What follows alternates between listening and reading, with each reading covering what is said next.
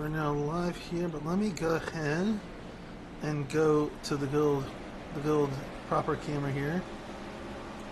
Go to there's the scenic. Where's my scenic? My blimp stack. There we go. Blimp stack. And go to empty. There we go. Here we go. We are here at the Gold Phoenix Raceway for, I believe this is it's called, the Shriners Children 200, I believe. Let me get the race info up here actually instead. Yeah, the Shriners Children 200 at Gold Phoenix Raceway, the same place that always has the did the championship last year, obviously. So, and I believe we're going to do the same thing here as well at the end of the season. But 200 laps. It's a nice 74 degrees apparently outside. About honestly the same as it is really today in real life. I mean, it was about 74 earlier today. But that track is absolutely scorching. It's saying 97 degrees. Holy cow! What time does the race start? The race starts, I'm going to think, usually around 8:30, I believe, because we got about 10 minutes left in practice here. No, I mean as far as the racetrack itself. What do you mean? I'm confused what you're saying. As far as what time is the race going on? Oh! In sim! Yeah. Does it say? I'm going to have to switch over to the... where is it? I'm going to have to switch over to the weather one, probably, and we can see. March 10th in sim, looks like, of this year. I'll double check that as well with the overlay, but I believe, March 10th. So, is March 10th in the sim? Because one thing we saw in the Yarker race was as soon as that sun went down, we started seeing the track cool off and the racing got better. And the race was awesome. It was a good race. Yeah, I'd probably be racing in that race if I didn't have other stuff I was doing at the time. But it's Chris Burnham heading out on the track. Last week's winner of the race, I believe that was Vegas. So, and he did get a top spot in league standings, which let me show those to you guys real quick as well, just so you can obviously see what points are looking like coming into this week here, into this race. If they will show, there we go. And look at that, they actually show teams as well, which is beautiful. But yeah, Chris has the top spot with 131 points. Dang! But Nick Vasquez not too far behind with 112 points, and then Alan Phillips in third, and Steve Carlisle in the fourth there on points. So, a lot of good guys up there towards the top. I mean, Nick, Alan, Steven, Xander. Your buddy Adam is in sixth there in points. Yep. Well, I'll tell you one thing. One thing that's going to be interesting about tonight's race is that little tri-oval dogleg, whatever you want to call it. Yeah, how many guys are going to shoot down low, but how many guys are going to stay on top? I'll be honest with you. I wish they would pave that. I mean, not pave it, like put grass out there, turn it into a putting green or something. Oh, where's the fun in that? People love going down the dog. Like, it's a key part of this track when it comes to racing. It's a key part. I'm sorry. I was practicing there, and my new Ford Mustang is extremely fast. And when I was practicing on the track, it was so fast I didn't need to go below that line. So I'm just gonna say that. Yeah. Which, obviously, if anyone is not familiar with this track, the dog leg that we're talking about is, if you see up there on the camera right now, there's that whole O'Reilly's area, and it's just after that kind of pixelated wall right there.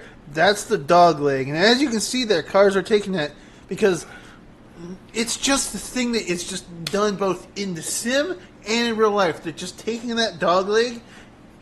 It cuts down time. It makes you not have to turn as hard. It just it's just an accepted thing. Now, obviously, there is one thing I do know, and I'm not sure if you had seen this at all, but I know that it got mentioned that the dog leg specifically, at least during restarts, is not allowed to be taken until after. You're not allowed to cross below that yellow line until after the start finish. So these guys cannot preemptively try to go into that dog leg until after they pass start finish. And once they do, then they can go down there, obviously, on restarts. But they cannot cross that yellow line on a restart until after they get past that line. So, yeah.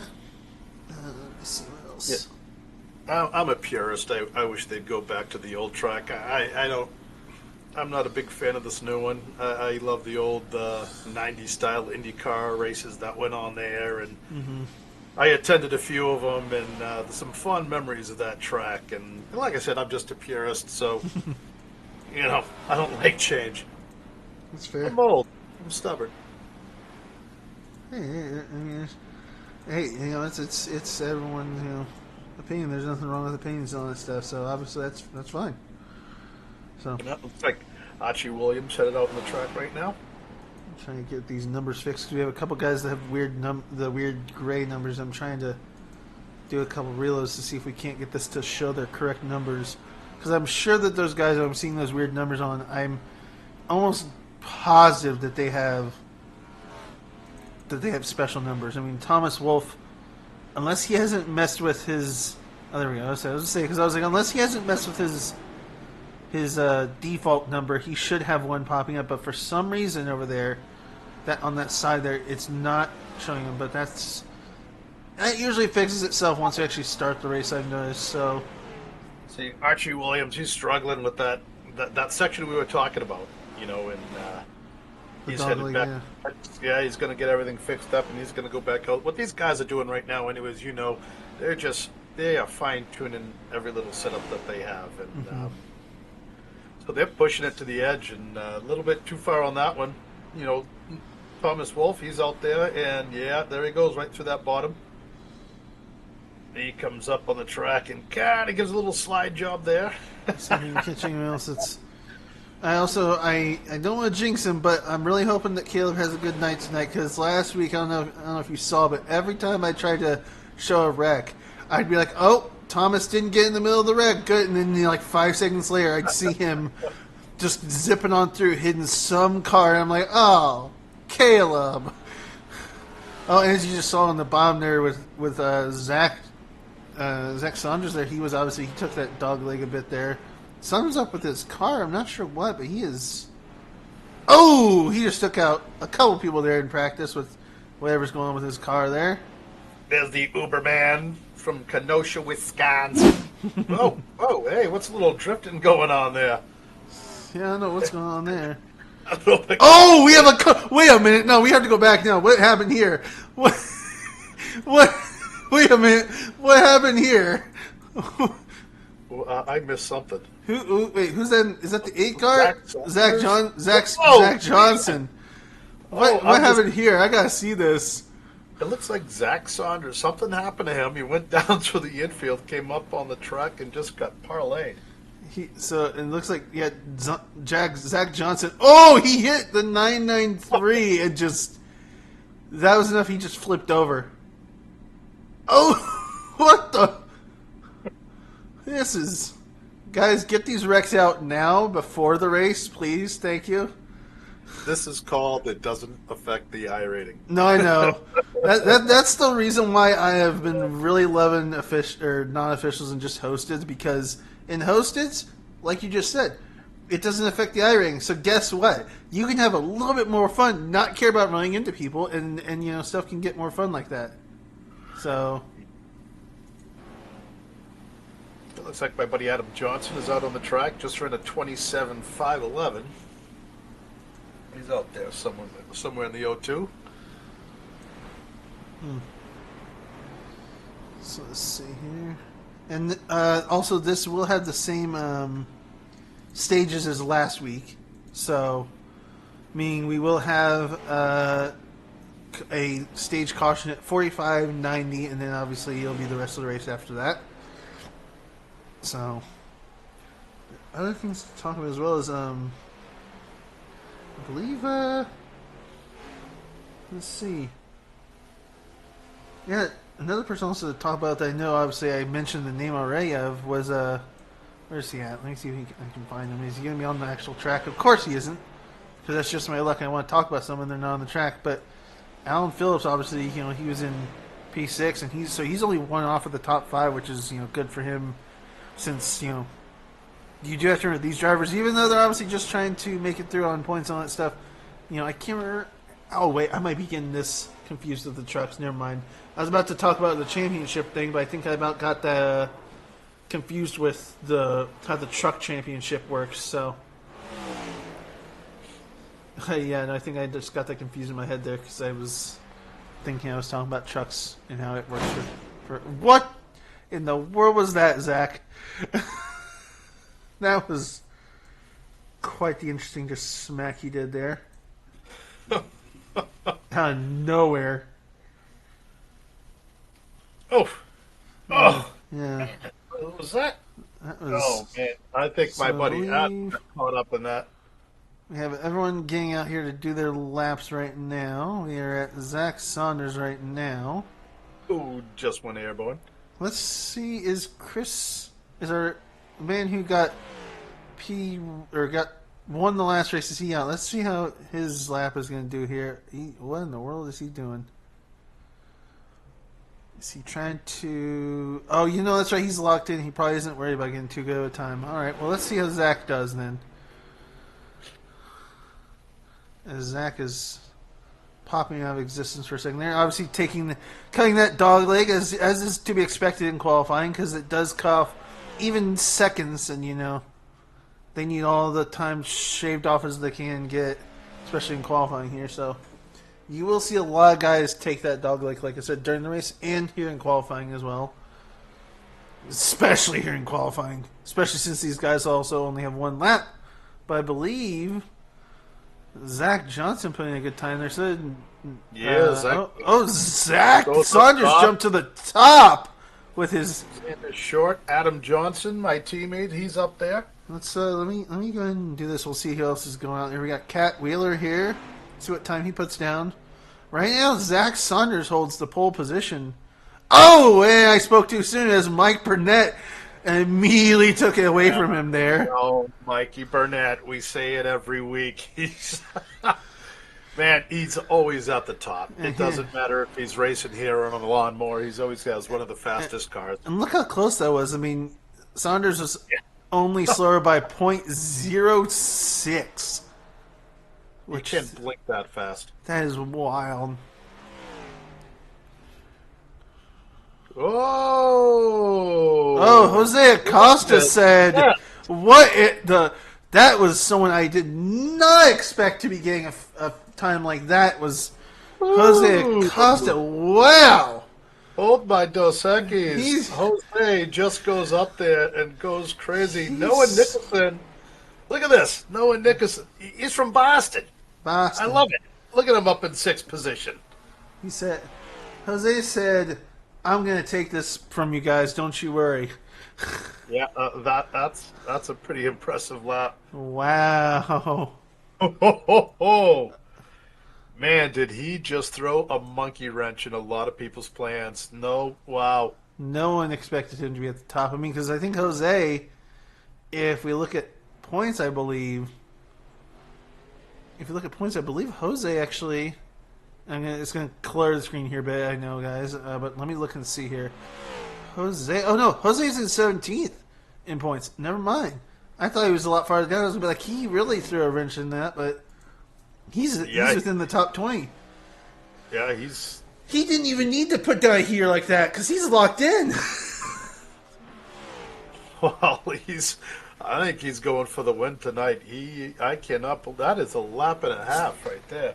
I'm sorry, Caleb. I didn't mean to jinx you.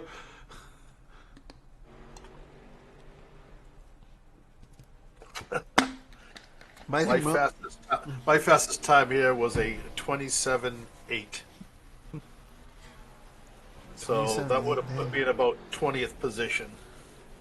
I hate to say it, but right now it really feels like The guys that are at the top, I think they're going to stay at the top for the start here. I think it seems like. Yeah, Nick Nicholson in that Trap House Racing, he just shot off a sixth placer, 27.438. Way to go there, pal. I'm not sure why he's going back out because I thought they only had one lap, but I guess we'll see what he's doing here because these guys do only get one lap, so I'm not sure if he's just like, oh no, he's not really going that fast. I don't think so.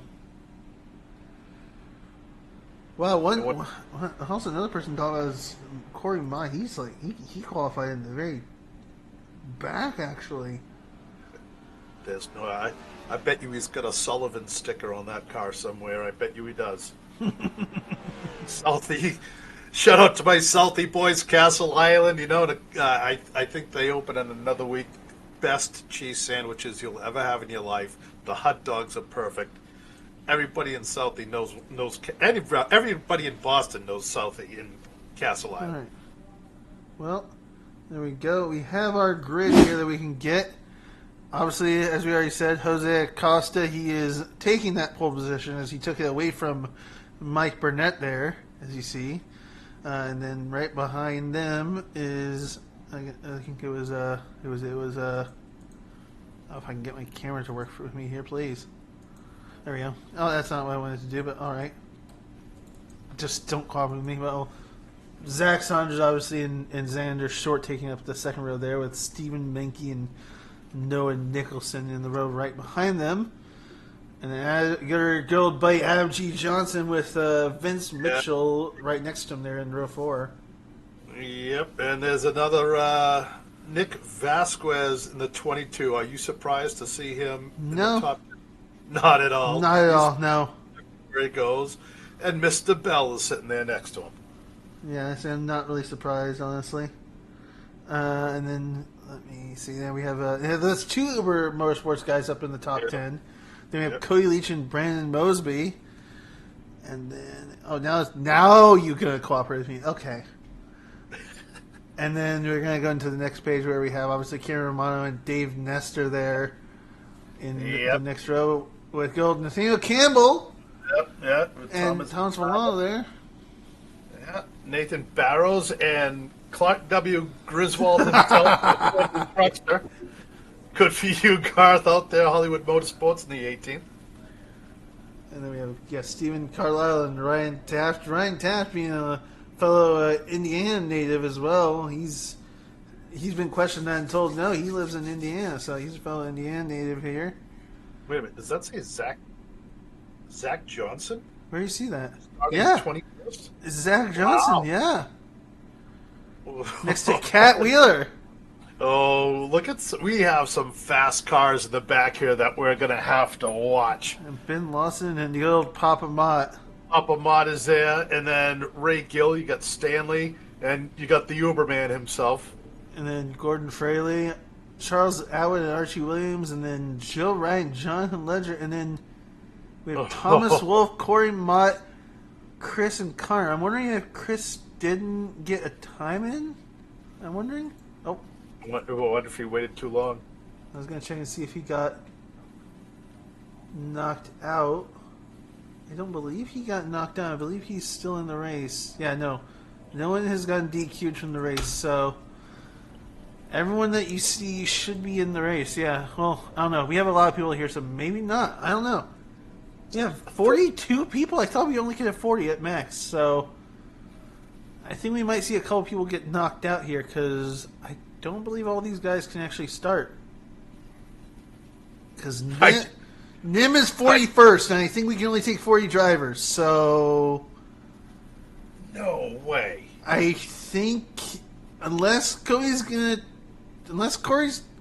take more than 40 drivers, I say roll with it. I feel say like fly. I mean, I'm not against it either, but I just know that it was always supposed to be that 36 get locked in, and the last 4 spots have to be ran in by speed. Now, if all 40 are actually on the grid is another question. I mean, I believe everyone is on the grid. The only person I'm not seeing on the grid is actually Nathaniel. Nope, never mind. He's on the grid. Never mind. I spoke too soon. So I don't know. I really feel like Nim is going to get taken off because he. That would kill. Where is he in the points? Nim. I mean, he's. I know he's battling to not not get like too far off of the stuff here, I believe, but. I guess we'll see if he takes. Oh, and there's our answer because oh no, he is there. Never mind. I thought maybe he wasn't, but he's taken off. So I guess we shall see what happens here. Hang on, we're not going green. We have a delayed green for some reason. Do we have time to talk to Jose before the race?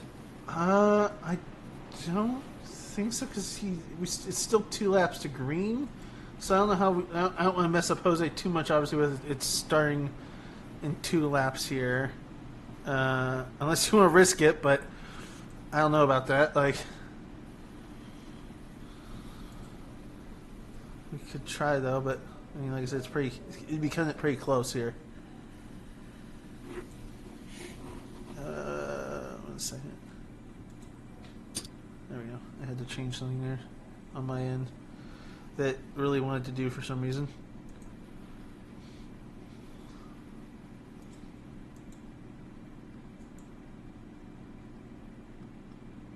I'll tell you what. I'm getting some lip in the chat room. Green Angels telling me not to jinx the Uberman.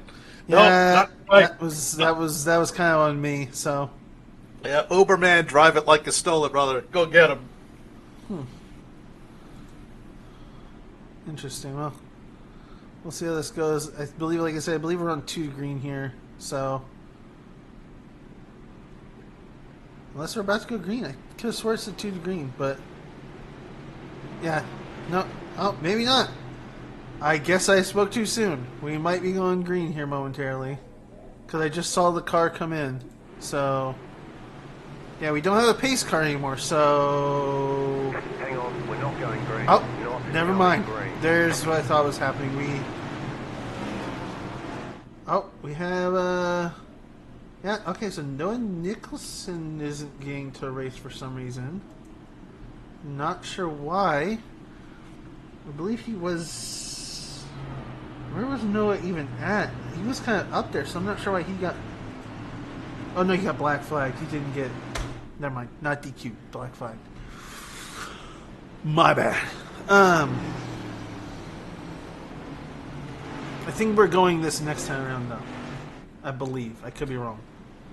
I don't know. There's Corey's kind of making it a bit confusing for me here by extending it. So, yeah. We're going to have to complain to the ownership.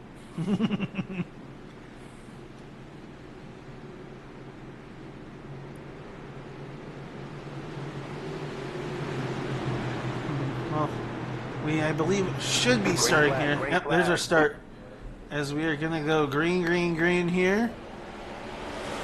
Get those good old views that I always love to do here at the beginning. Been waiting for this all week. Can we go off turn 4? Someone immediately went a little wobbly there, but looks like they recovered. Oh, yeah, it did. Look at that beehive coming at you, and look out, there's tire smoke everywhere. They are like, oh, we didn't even make it. Oh, we didn't even make it a lap. Oh my God. Let's see what happened there. That was not even a lap. Wow. Oh my God. Let me rewind that because that was. Where's my rewind? Oh, right there, the 28 car. Oh no, it's a 22 car broke loose coming off of the corner. I'm going to have to just hit rewind the other way then because I guess my rewind didn't want to work there. So let's go back a bit and see here. If we that was the top one. The 22 car. So the 22. Where's he at? A black car right there coming off the corner. Nick Vasquez. Oh my gosh, the one we didn't want to have. The one guy you didn't want to have that happen to, and here he is, he just comes down into the 55 there, got sideways, and lots of brake checks basically that just led one thing to another, and then That's happening so fast. There's absolutely nothing these guys can do. because obviously, yeah, I got in slow mo. Whoa! There's the 36 getting sent to that inside wall, and it was just a pile up from there. Oh my gosh! Wow! Oh no! What did I tell you? Poor Overman. He gets caught in every single replay that we have. Oh my gosh! Poor man. Hey, that's on you. You said it. You said it was on you. That's on you. I'm not going to have him coming after me. That's on you. Oh no, he can come after me. I'm just saying. What did I tell you? What did I tell you? Like, I feel bad for the man, but every single time it happens, I don't get why. Oh man, It is very much too soon. Is that what? I didn't even have the graphics up yet, guys. I was gonna get you your lap one graphics going, basically, like the lap one, crank it up type of thing. We couldn't even make it one lap before that happened. Oh my gosh. well that was tough. That was I think that was the backstretch, wasn't it? I believe that was the backstretch that happened on, but Yeah. yeah, no, that was definitely something. Took out some good cars too, honestly. Yeah. Look at that 42 car. It kind of reminds me of the old Jeff Gordon car back in the day, doesn't it? Yeah, you got a couple of these guys here that obviously they were in that wreck. They're all Caught up in that. in the pits here. I mean, we have a lot of cars that were in the pits from that. I mean, Ryan Taft being one, Gordon Fraley as well. I mean, Joe Wright. A lot of guys that got caught in that. I mean, Noah Nicholson was one as well, obviously. Caleb as well. A lot of guys that got caught up in that shouldn't have gotten caught up, but yet they did just because the wrong place at the wrong time. And let me get a better view of that car here. Let me go to my zoomed in cam. Yeah, look at that nice. The Wolfpack Crew 42 there.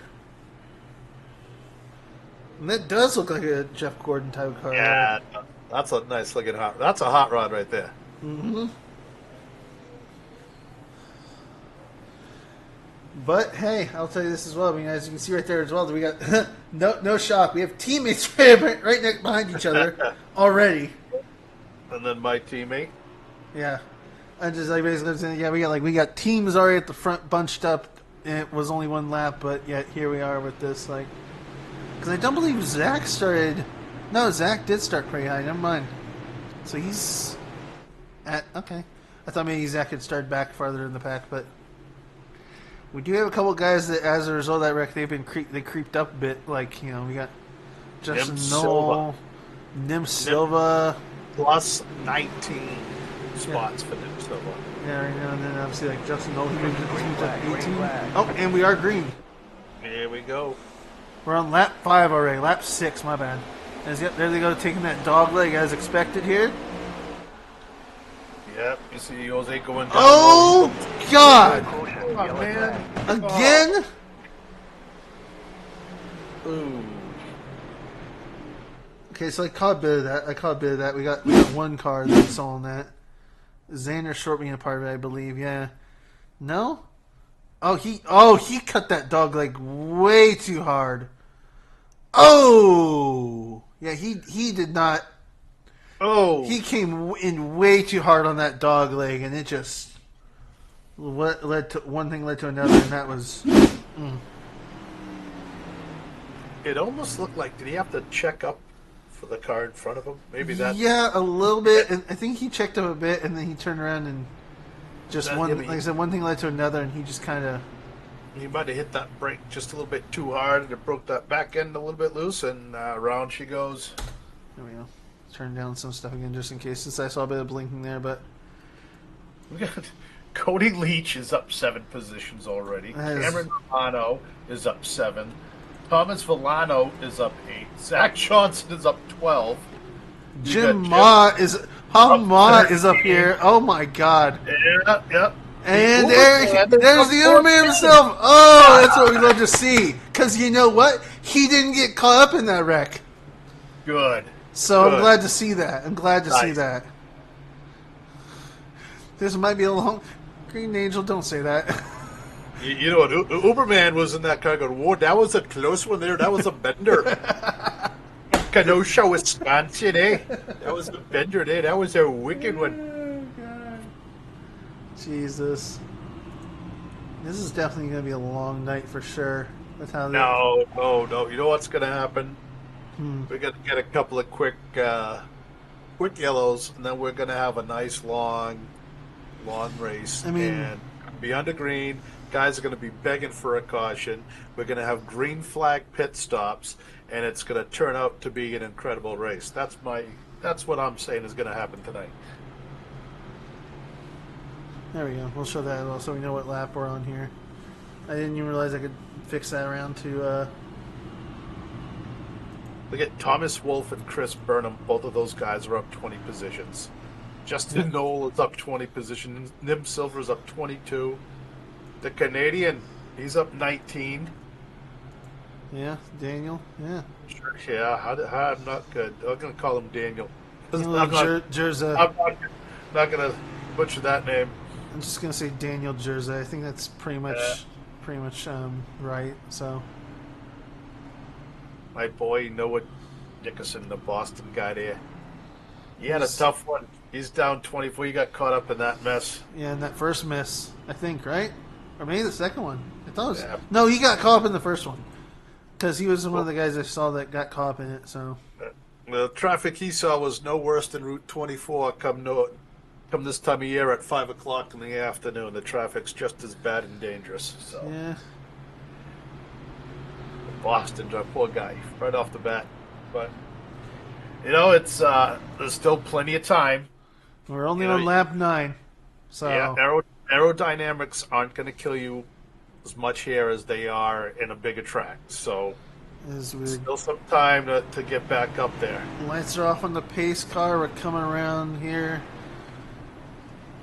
which means this is Choose Cone as well here. That's happened already, and these guys are getting racked up and stacked up here. And I don't know honestly on what the play was here. As I see the teammates of Zach and Mike, they're not behind each other, but they're basically each controlling a lane right now here. As we are going to be coming around, I believe, here soon. Let me get. I'm going to do a different cam this time. We're going to do the cactus cam actually, so you guys can see it from the cactus this time around. They're going to come around here probably soon. I hope.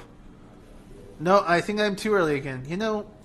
I need to learn these tracks and learn when is the right time to hit that. Green flag, green There flag. we go.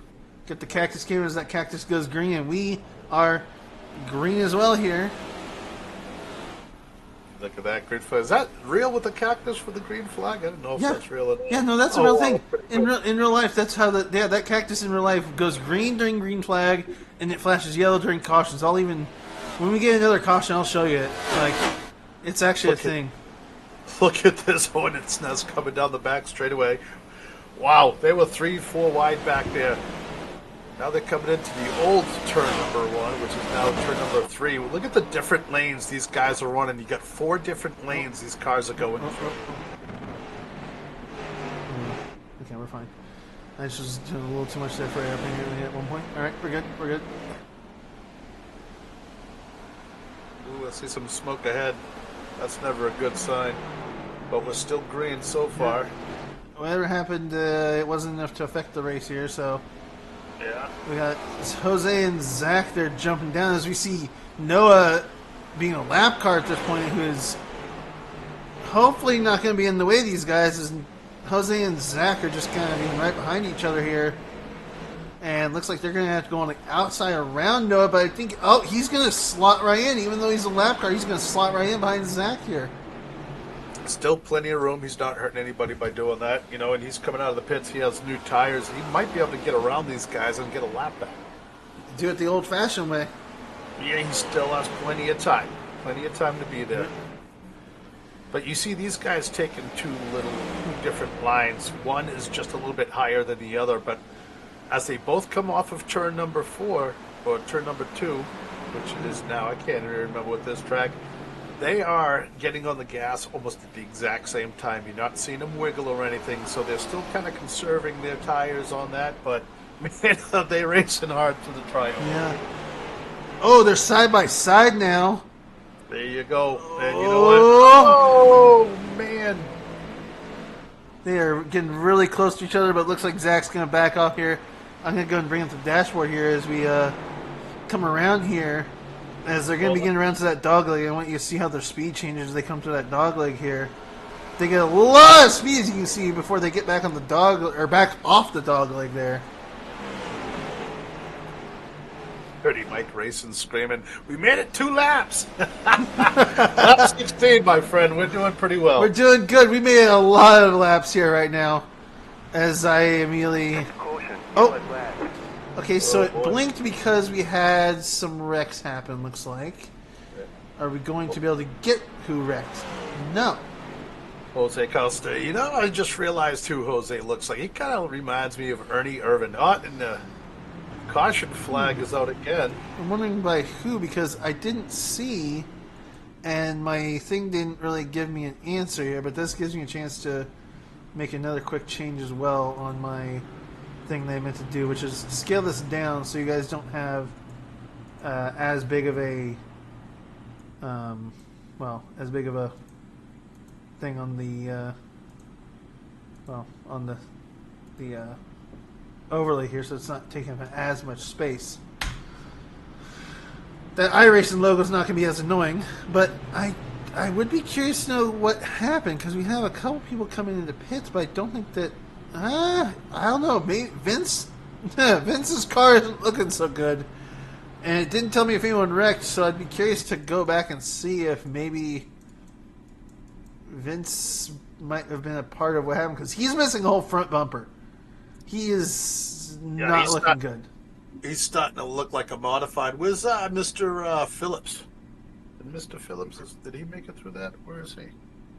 Mr. Phillips. I'm not sure. I'm trying to look and see. There he is, back in Alan Phillips. He's back in 23rd spot. So I'm not seeing anything here. I'm thinking that. Yeah, he's had a pretty... Wait. Who was that? Wait. I just saw. Let me change camera. I just saw someone off to the side there. Whoever it is that was in front of him there. Oh, yeah, there it is. They started going off a little bit. Let me change my camera here so we can maybe see if we can catch the number and figure out what happened. Because that's Nim. That's Mr. Silva. Oh man, he's not having a good. Are you sure about that? That looks like a 1 on top? No, it isn't. And he slid off. And he slid off man. there, and he tried to come back on track afterwards, and then that's what probably caused the caution. Yeah, he came back on track, all being slow, and it probably made iRacing being like, whoa, bud, whoa. We can't have it green. You came back up on track really slow here. Alan Phillips is back in 23rd spot, and I'll tell you what, we've had 3 races this year. He's only finished outside the top 5 in 1 race, so this is going to kind of kill him in the points. He's praying for a couple of cautions to get back up in the top 10 where he normally is. And also, this is another thing I remembered I can do that is a little neat. Is I can show this, which can show. Let me get that. Driver can share the way. Can show like lap times, like especially for those 2 guys that were battling at the front area of Zach and Jose. I mean, these guys are pretty much close to each other in terms of times. I mean, in terms of the last 5 laps, obviously, I mean, Zach and them were doing amazing on time. They're really close to each other in terms of like lap times. I mean, as you can see there, they were not that far off of each other. I mean, if we go back probably more laps maybe and show them. Well, right now we're getting ready to go green again as they form up on the Hang back on, straightaway. we're not going green. Oh, Not going nope, we are green. not going green apparently. Not yet, apparently. As I just heard the thing say we're not going green yet, so I'm not sure if it's because maybe... Oh yeah, no, the pack's not really, the field's not really formed up fully. They're not really racked up and stacked up really to race control's liking. as we are getting kind of racked up now, so he could probably keep it green if he really want. He could have kept it 1 to green probably, as everyone seems to be. Yeah, everyone seems to be in line that needs to be in line. I mean, Vince is obviously coming out of pits. We have some guys out there that are obviously not on the lead lap, but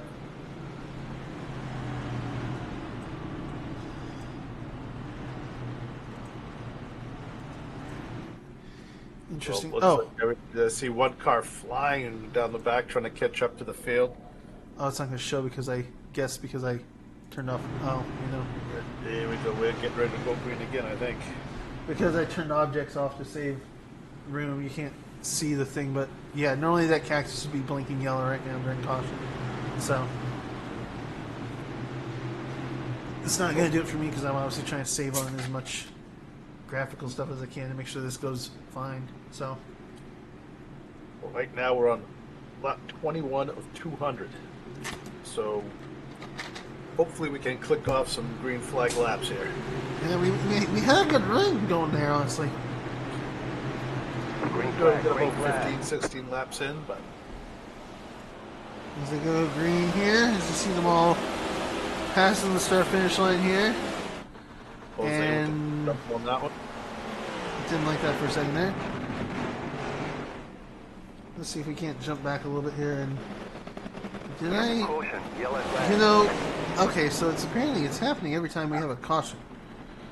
I'm noticing that my thing is doing this every time we have a caution. Have another caution. Oh boy, we got another big one going on down the back straightaway.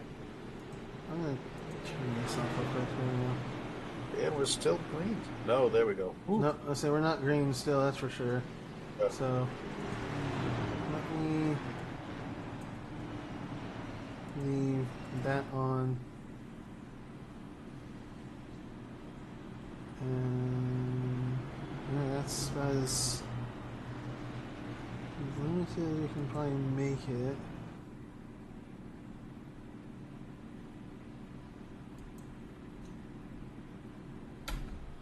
Alright, well we'll go with that then and call that good. I'll just use this to see the info on USC then.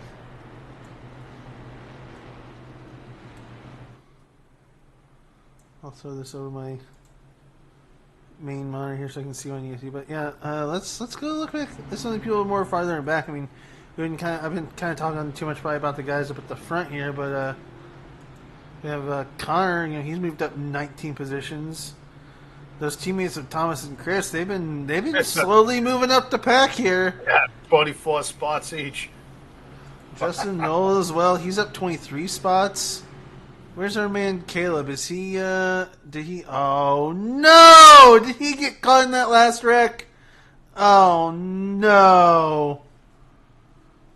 Oh, you hate to see that. Caleb must have gotten caught in that last wreck that happened. As he is sitting in the pits. Yeah, according to the chat room, he's on life support down there. Oh no! How bad did he spin? Oh my god! Wow. Oh, boy, that must have been a bender. That was a Wally Doodle. How bad was it?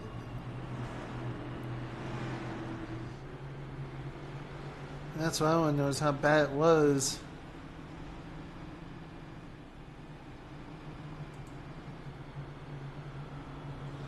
Well, Connor's a little bit bent up there, looks like, as well, but Corey is moved himself up. Archie is still up towards the front. Theo Campbell is down 10 positions, though. I would love to see... I'm assuming Caleb has way too much damage to probably come back out, sadly. Yeah, it's a bummer. We got squeezed up a wall on the back stretch with nowhere to go. Oh, dang. Well, let's hope you can get back out there, Caleb. I mean, you're not that many laps down right now. You're only like, what, 2 laps down, it looks like, I think? About to be 3, so... I guess depending on how bad the damage is, we'll see how quickly you can get back out. And lights are still... Oh, 3 minutes and 43 damage. You're fine, Caleb. There'll be people that are going to get out. You know that. You can get back out there. I'm sure of it. You know when it comes to these races that what it's about is just getting back out there. You may have been down a couple laps, but someone else will wreck out, and you'll get the positions off the fact that they're out. So, just, you got this. I know you do, man. You can get back out there. As we're about to go green again here, let's jump back a little bit to some people back here to start this race off instead towards the front here. Stephen Carlisle, he's getting ready nice and warm down in Key West, Florida.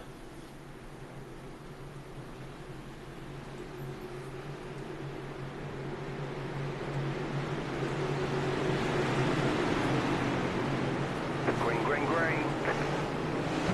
So we're going to go green here. Pretty cool. And Jose got another good jump on that bottom line. Look at that boogie train coming down through the... You can definitely see that... Whoa! Two types of cars. Was that Justin... Oh! Who was that we just saw drop? I believe that was... Was that Justin Bell? Who was that? I just saw a car go... That was Ray... No, who was that? Was that Ray Gill? Oh. Well, I saw Ray Gill sideways, but he recovered it. So, good on him. There we go. We're still going great, these guys. Yeah, it's just like watching a dogfight as they all come through that section. You know, you don't know what car to watch. You got guys high, low, in the middle. They're everywhere. Yeah. And, you know, like Green Angel said, also, Caleb, you know, you get back out there, there'll be more cautions. You may be down laps, but there'll be more cautions. You'll end up getting back your laps, or just you'll end up being above people that also wreck out. I mean, it's only lap 29, so... We want to see you out there. We love you. Your luck has been bad, and I hate to see it. That's why I'm like, we need you back out there, man. Like, your luck has been... Yeah, it looks like the top 12 cars or so, they've just kind of gone single file now. Look at the train now we have. We have almost every car, grills to gas hole, all the way around the racetrack. They're just seem to settling in. Everybody wants to get some green flags here. Green flag laps, rather. Yeah. Yeah, like you said right there, yeah, we can just see that they're all just single file and just kind of going about their business, just kind of strolling along here. Yeah, now they're all going to settle in. They're going to take it easy. They're just going to get their rhythm, and they're going to burn off some time, burn off some of this race. But as they're doing that, they're also using up their stuff, and they're going to be waiting for the next caution. Now, we went through a bunch of fast cautions, and now this is going to be a long green flag section. And then the only caution that they can plan on now is the one that they have during the race. Yeah, for sure. And then obviously if we jump on with Steven here as they go through this, he's not going to take the dog leg. So I wanted to jump on board with someone that was going to take the dog leg there, but Steven is playing it smart. He didn't drop down. I think someone we could probably hop on with him so you guys can see on the stream what looks like taking that dog leg. Let me hop in with we'll hop on with Chris here and we'll show as he's probably gonna hit the dog leg again as I saw he did last lap here. Yeah, Chris burned him in the back road. Yeah, right there, so you just kind of and that's how you safely take that dog leg. You just kind of slowly ease your way down towards it, hit it as straight as you can, and then get right back out there without having to turn much. That's how you safely take that dog leg and get as much speed as you can from it. But I wanted to tell you, is that Caleb that's back out there? Oh yeah, no, you're missing. Your car looks fine. Your car looks fine. You'll be fine, man. People are gonna mess up, but Jose over here still closely battling Zach. Oh my gosh. Yeah, these guys are kind of just staying out front of everybody. They're kind of just doing their own thing. They're racing, but they're not really racing. I mean, they're waiting for each other to make a mistake, and they're going to try to capitalize on that. But look at this top 5 that we have going. We have Jose Acosta, we have Zack Saunders, we have Stephen Menke. And Mike Barnett, again, still up front. And yo, too, Adam Johnson. And yeah, there's the top 5 right there. Yeah, go back to Mike Barnett. Let's see the Magnum pose. Let's see that blue steel. Let's see Zoolander. Yeah. I mean, look at the times obviously there. Look at that, man. That's the guy you want to go to the club with right there because he's going to take care of you. As you know, see there, I mean, he's pulling away from Cody right now. He's kind of pulling away from Cody. He's having a great run right now. Staying kind of right, not less than about half a second behind Steven. Pulling away from Cody more and more with each turn here. And sort of catching up to Steven actually a bit. Well, now we're starting to see whose car had a more conservative setup. These guys, the cream is kind of rising to the top, and you've had a couple of cars stay up there, which is not surprising by who they are. They're always the guys who are out front. Yeah. But right now, the man in control is the guy in that number 42 car out front. He's just doing whatever he feels like. His car's going wherever he points it. He's having a good time right now. Yeah, but, I mean, Zach is also not too far behind Jose. Like, just like how Mike was not too far from Steven. Both of them are about, less than half a second off of their person they're trying to chase down here. Half a second, but to gain a half a second on the track isn't something that's very easy. And as you can see there, he's already taken that time down even more there. But let's check in on your man Adam back there. He looks like he's in a bit of a battle with a couple guys there. One of them being, I believe that's Thomas Wolfe with Cody Leach right there in between Adam and Thomas there. They're kind of in a nice little single file line right there, trying to hold on to each other, looks like, onto each other's draft. Yeah, but Adam's been around for a while. He knows there's only 40 laps in this race, and it's not worth racing right now. As long as you're on the top 10, he's going to be out front by the end of this thing. You watch. Keep an eye out for the number 02 car. That is fair. It's only lap 4. We have plenty of time left in the race, obviously here. No favoritism whatsoever, by the way. Sure, yeah, not at all. I'm guilty of it as well, but I won't say I won't. I won't say I'm not guilty, but we got Thomas Wall back here, who's got Archie Williams right behind him. But Archie makes a pass on. Nope, I thought he was gonna make a pass. He almost did though, almost. Let me see if I can't get us a better cam here. Let me go to the. Let's go to the chopper cam here. Give you guys that kind of overview here. I was hoping they would be a little bit closer to each other, but they're not. So that's on me. Let's check this out actually, because Zach is right on Cameron Miles' tail here. It looks like, which we're seeing with a lot of these guys are like about 0.1 off of each other with a lot of these battles we're seeing. But it looks like Zach's going to try and make the pass on the inside of Cameron there. With maybe to the help from Steven, he might be. Nope. He didn't make it, and Steven left him out to dry while him and Cameron take that dog leg. Yeah, he just had that momentum on that higher line, and Zach just couldn't get underneath him. Whoa, he better be careful there. We're talking about Jose Acosta and how we were surprised to see him get the pole. He's really not a pole kind of guy. However, he's I think he is one of the highest rated drivers in the series, and it's about time he wins. His in terms of I rating, yeah, he is. Yeah, he's up there, but he is the highest guy. Looking at all the IRs, he is the highest IR guy in this league. What 83? I wish you could spare some of that on me, by the way. I mean, that's... 4,883, just to let everyone at home know there. That man, Jose, has got almost 5K I rating. The yellow flag is out. That's and there's our stage caution. Yes, it is. And which does, I believe, put... I believe that puts... Holy cow. That actually... And now, this is just me on my... Bringing the favoritism side again here for a second. the 4 4 Ryko backer bandit guys, all I believe were in the top 10 to finish the out. I believe. I could be wrong. I could be wrong on that, but I think they all were. So that's good for them as a team. That's my favoritism thing out of the way real quick for that stage. But Jose gets the stage win, obviously. So, as these guys, of course, are coming into pits here. No surprise there. Yeah, I'm not surprised to see Jose come in. You know, I'm not surprised to see a couple of these guys come in, honestly.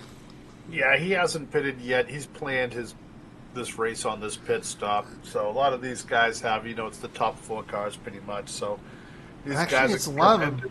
Looks like it's pretty much everyone I'm seeing here. Yeah, there's a couple of cars that decided to stay out. I would say not that long. Yeah, the cars that are probably down laps like Nim, Thomas, Cat. I believe Cat's out. Oh, Cat's out. My bad. Ben, Nick, Daniel in, but Joe's still out. Caleb, the Uberman, he's still out, obviously. Barrows, there's a lot of guys that are still out just because obviously they were down laps, so they wanted to go ahead and pull themselves into. I don't know why this is doing this here, but. Well, I'll tell you what. Let's see if we can get down there. Let's see if we can talk to Jose.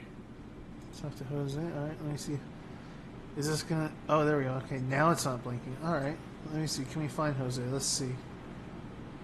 Where's Mr. Jose? Can we find him? Can we find a Jose? Let's see. I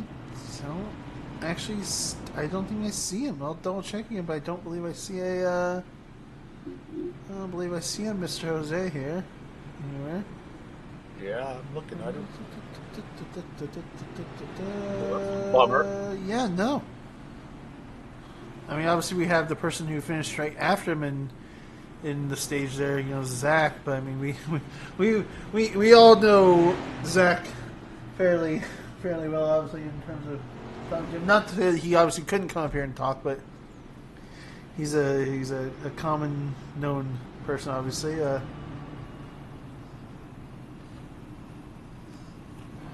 Let's see if those. Do we have one more lap? Do we have time? Let's. Might have one more. I mean, the lights are still on the pace car right now.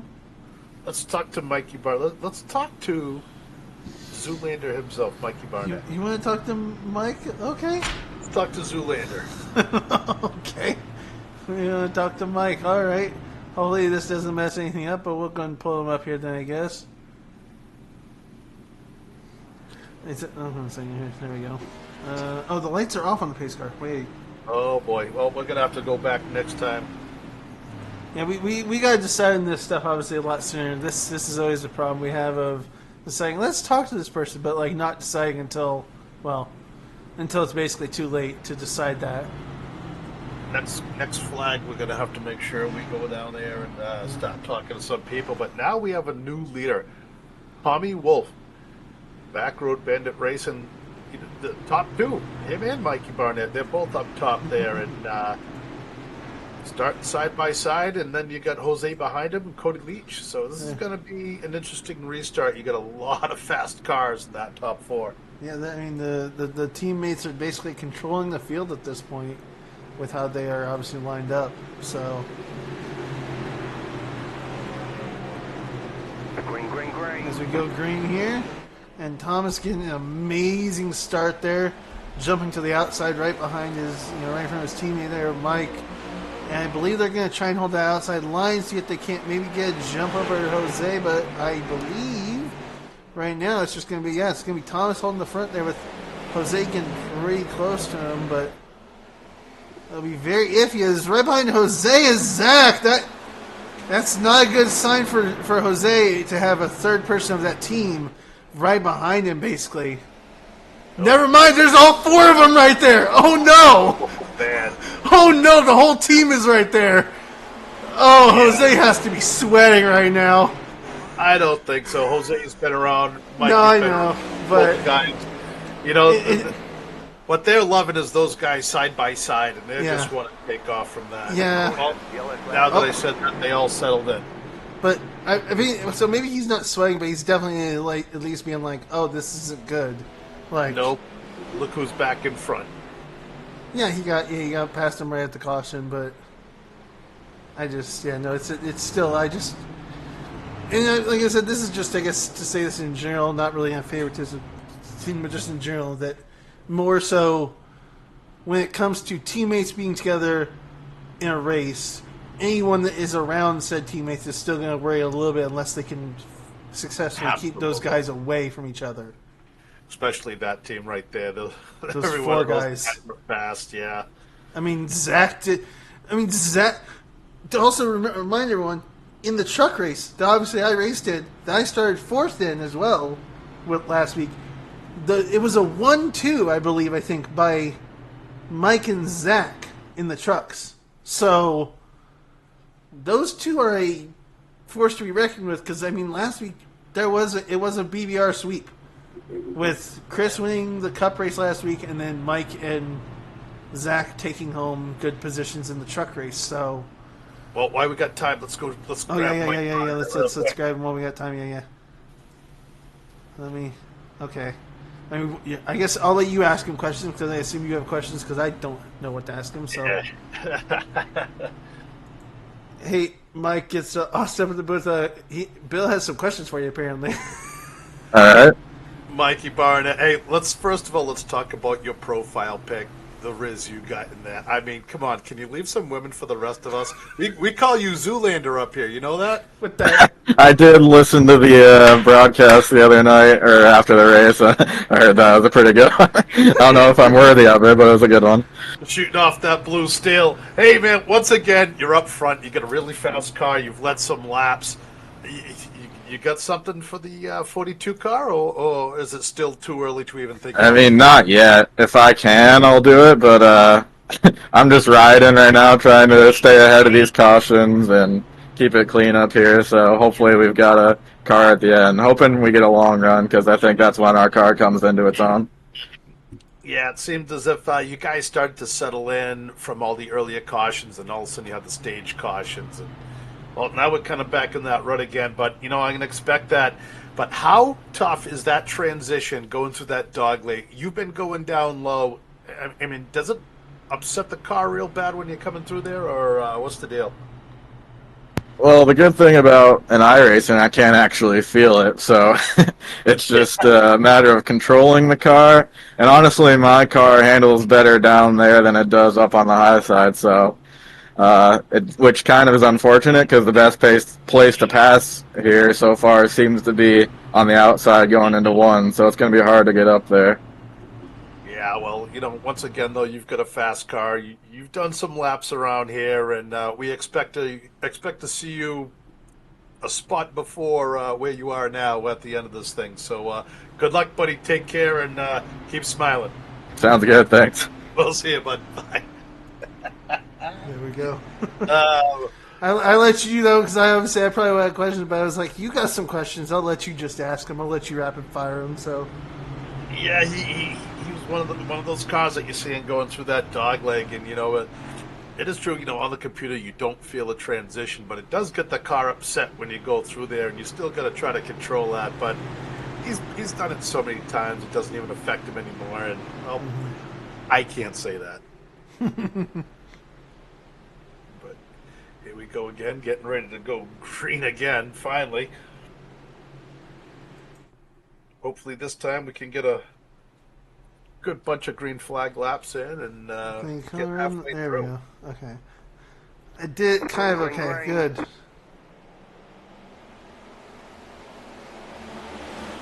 And here we go. Green flag is out. Jumping to the bottom there again as always. Look at that hornet's nest coming at you. That's a great view. I love the turn cams they have.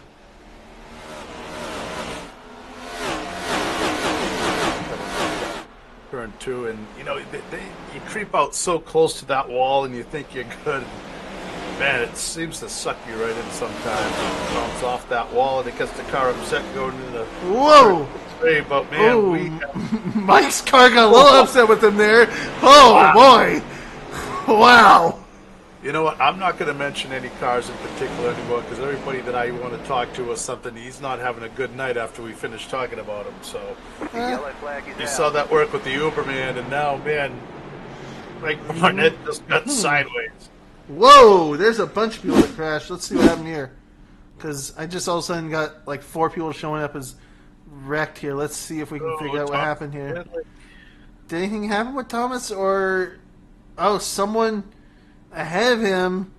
Oh, it was the 5 car that got like slow there and just caused a couple people like Joe Wright, and I believe whoever that is in front of them. Was that Jonathan Ledger? No. We had no place to go. Who was that? Was that Alan? I'm trying to figure out who that was because Alan Phillips was already sideways right there. So, but what caused the rest of that? Because I'm curious because we saw a couple guys here get like loose, looks like. So he just he sent Nick Vasquez to the bottom. He got pushed up there and then just came down. And Caleb, no! Oh my God! Oh my God! I hadn't even mentioned him in a while either. That's the thing. So that wasn't even on that wasn't a curse. I hadn't even mentioned him in like forever. So I just did. You did. Yeah, I just said that, I'm not talking about anybody anymore because everybody I talk about starts having problems. And I should have done it with you. And then there you go. So I'm not talking to anybody anymore. But the only guy that definitely does not want me talking about him is in that number 42 car. And he's repelling just about every punch that these guys are throwing at him. I do wonder what happened to him if you had gotten to actually talk to him like you wanted to during that one caution. Yeah, I don't know if I think he's a little bit too busy right now, and I really don't want to bother him, but we can anyways. But he just seems to be he's definitely showing that he's not messing around in Phoenix today. He's got something that these guys, he's not gonna lose this race. You're gonna have to beat him. There's a difference to that. He's got a fast rocket tonight, and Cody Leach. I mean, those guys he's got behind him.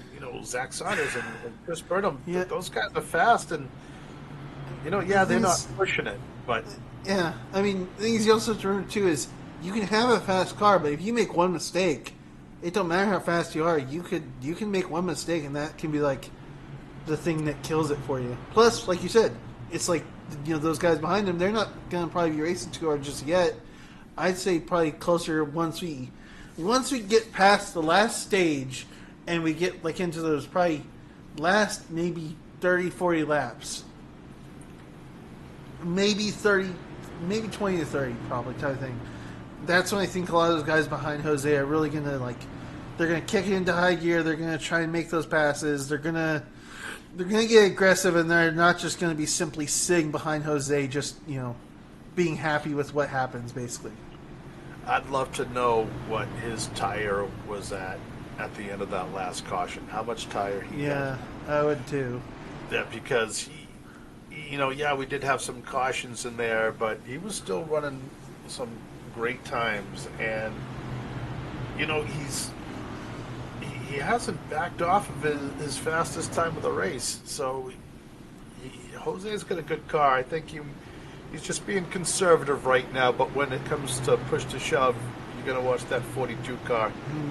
Because I'll show some of the times once we get going again here. But I'll show you how close some of these times are, because these like times for these guys is just definitely interesting in terms of how they're doing on their lap times here. Green flag, green flag. Here we go, green again here. Jose getting a good jump on those guys that were behind him. But we'll see how long that lasts, obviously, as these guys probably are going to try and catch up here relatively quick. Yeah, that whole pack of the top 5 or 6 cars, they all went. What? Okay. Well, look at that mess. I don't know what just happened there. We didn't even get a lap before that went down. Let me see if we can figure that out here. We see Gordon Fraley. He looks like he tried to cut. He tried to cut the dog leg, didn't cut enough, and just. Yeah, no, he didn't commit to the dog leg enough. There is what that looked like to me. Unless that's not the dog leg, and I'm thinking of the wrong part of the track, but wherever he was, he didn't commit to it enough or something, and it looks like he was gonna maybe take the dog leg, decide against it, and then it just got loose on him. yeah, and then Tough obviously break for Gordon. he didn't get off the track fast enough, so it caused a caution. Yeah, originally from Live Oak, Florida, but now he resides out west in Oregon. How about that? Fun fact of the night. Zack Saunders, however, he's living in heaven right now. He's right up there behind third spot, just waiting for somebody to mess up a little bit, and he's going to pounce all over him. I mean, these guys. The thing is, one thing that obviously, like I said, I keep saying this, but if I was anyone else in this field, I'd be doing everything I can to even keep two teammates apart. But right now there's the two teammates that have Cody right behind him. So I mean, yeah, Mike is 2 cars behind them, but depending on how they do for the choose cone, those 3 could somehow end up with only a car separating them, and that's not obviously good. I mean, yeah, Cody has said in the chat he's not worried, but I'm just saying, like, teammate stuff in general, you don't let those guys get together, because it could end bad. As we saw there, I mean, with that restart on the stage. They were all together, and they got a really good jump with each other, and it just was really crazy there, so... Well, like Mike Barnett said earlier, these guys are racing, but they're not racing. They're just kind of settling in and just trying to get through this race. As you see, Mr. Griswold and the family truckster back there in the back of the field, he's avoided some trouble tonight. He's still in the lead lap. I know he's had some bad races in the past. He's having a good one finally for him here. Yeah, he's had some bad luck, some stuff that was not his doing. A couple guys that we've seen in past races have some not good luck, but yet here they are still on the same lead lap and everything. So that's good to see for some of these guys. We have Noah who's in the pits either again or still on the pits. Looks like Caleb had that tiny hit, but it wasn't enough to take him out of the race. So that's good to see. I mean, he had that little bump to happen in that wreck, but I don't think it was really enough to really hurt him all too much. I mean, he is still like 9 laps down or something like that, I believe. But he's persevering. He will get laps back eventually. I mean, we're only on lap 65. He'll get them back through cautions as, other people get theirs back, and then he'll also get his back too. I mean, he's gonna be able to gain a couple of more spots. We're not done with the caution flags just yet. Oh, 100% we are. Yeah. And look right there. What did I tell you? We have Chris on the outside, and then we have. Let me see if I can go over to that chopper cam. We have Chris on the outside, and then there was, I think I saw Zach on the inside there. Yeah, we have Chris on the outside, Zach on the inside, and then one car right behind him, behind Cody there, as you can see on the bottom corner there, is Mike. So those guys are kind of trying to spread themselves out through the lines, really, I guess, to try and have a bit of a hold on both lines to some degree here.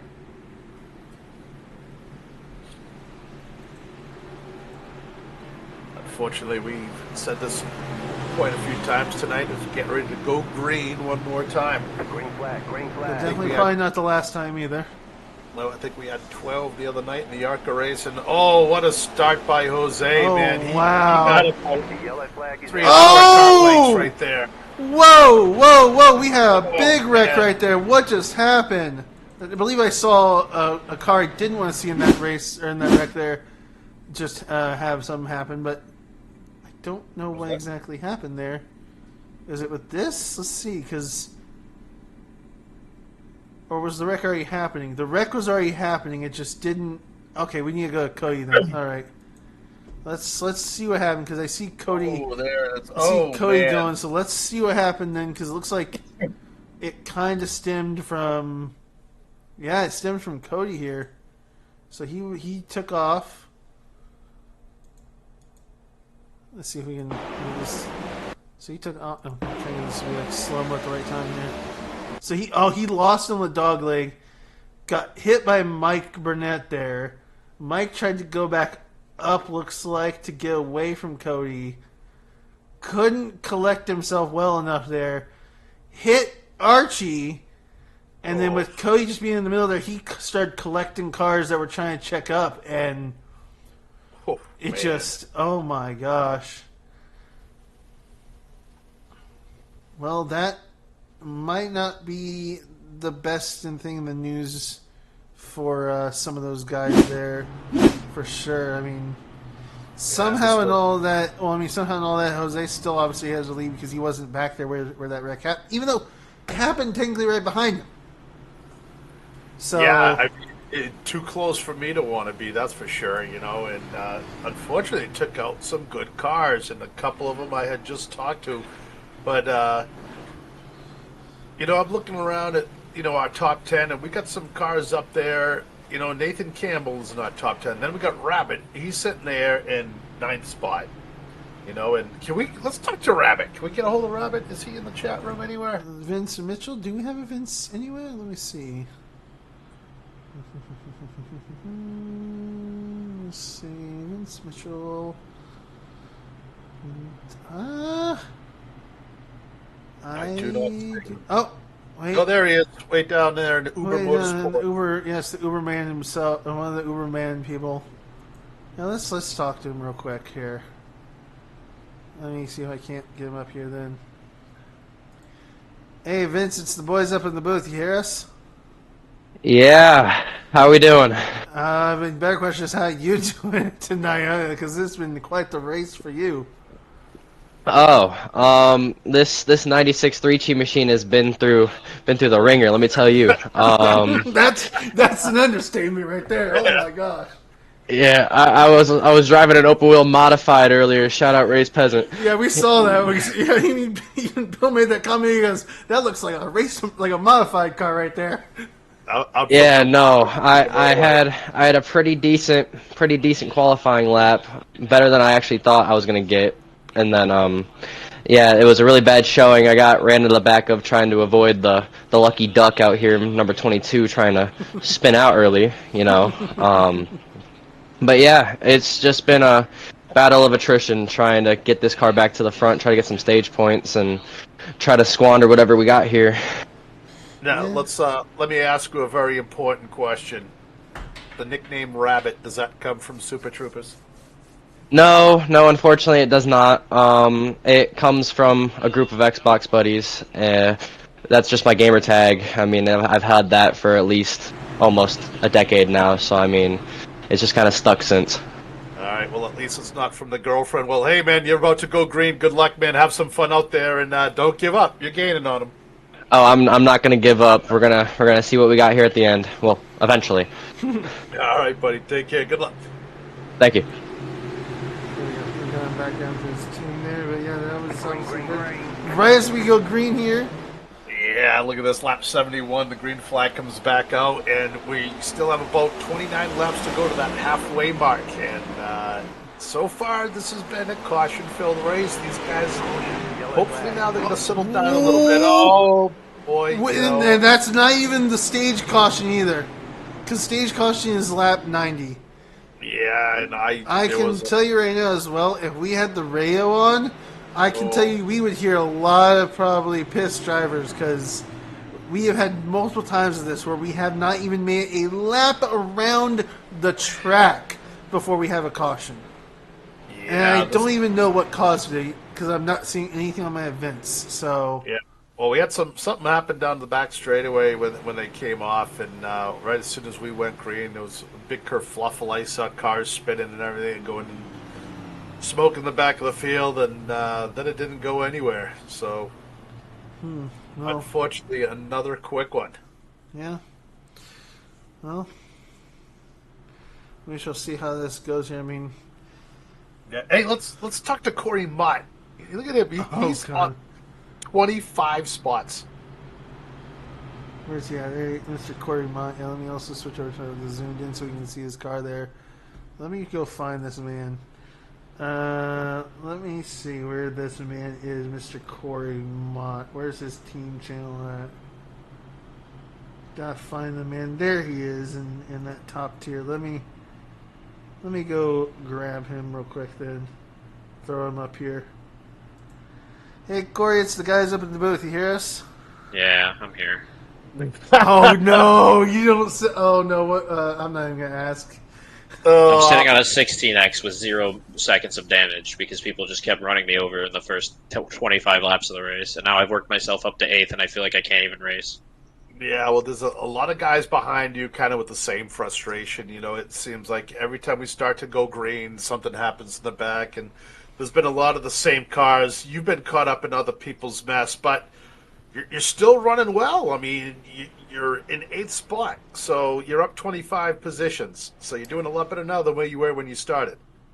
Yeah, our number 1 Kubota Chevy Camaro ZL1 is really, really fast, and I'm just upset because I'm not able to put that on display because I feel like I have to check up and brake way sooner than anybody else. But, I mean, it's the name of the game. You know, you make the rules, you make the bed, you got to lie in them, right? So, you know, when it doesn't go my way, you can't do anything about it. You just got to keep trucking through. I mean, I want to get these stage points, and then maybe, you know, if I get the 4X or, you know, 2X or whatever early in the end of, or the beginning of stage 3 and I have time to, you know, recover and work with it, that'd be great.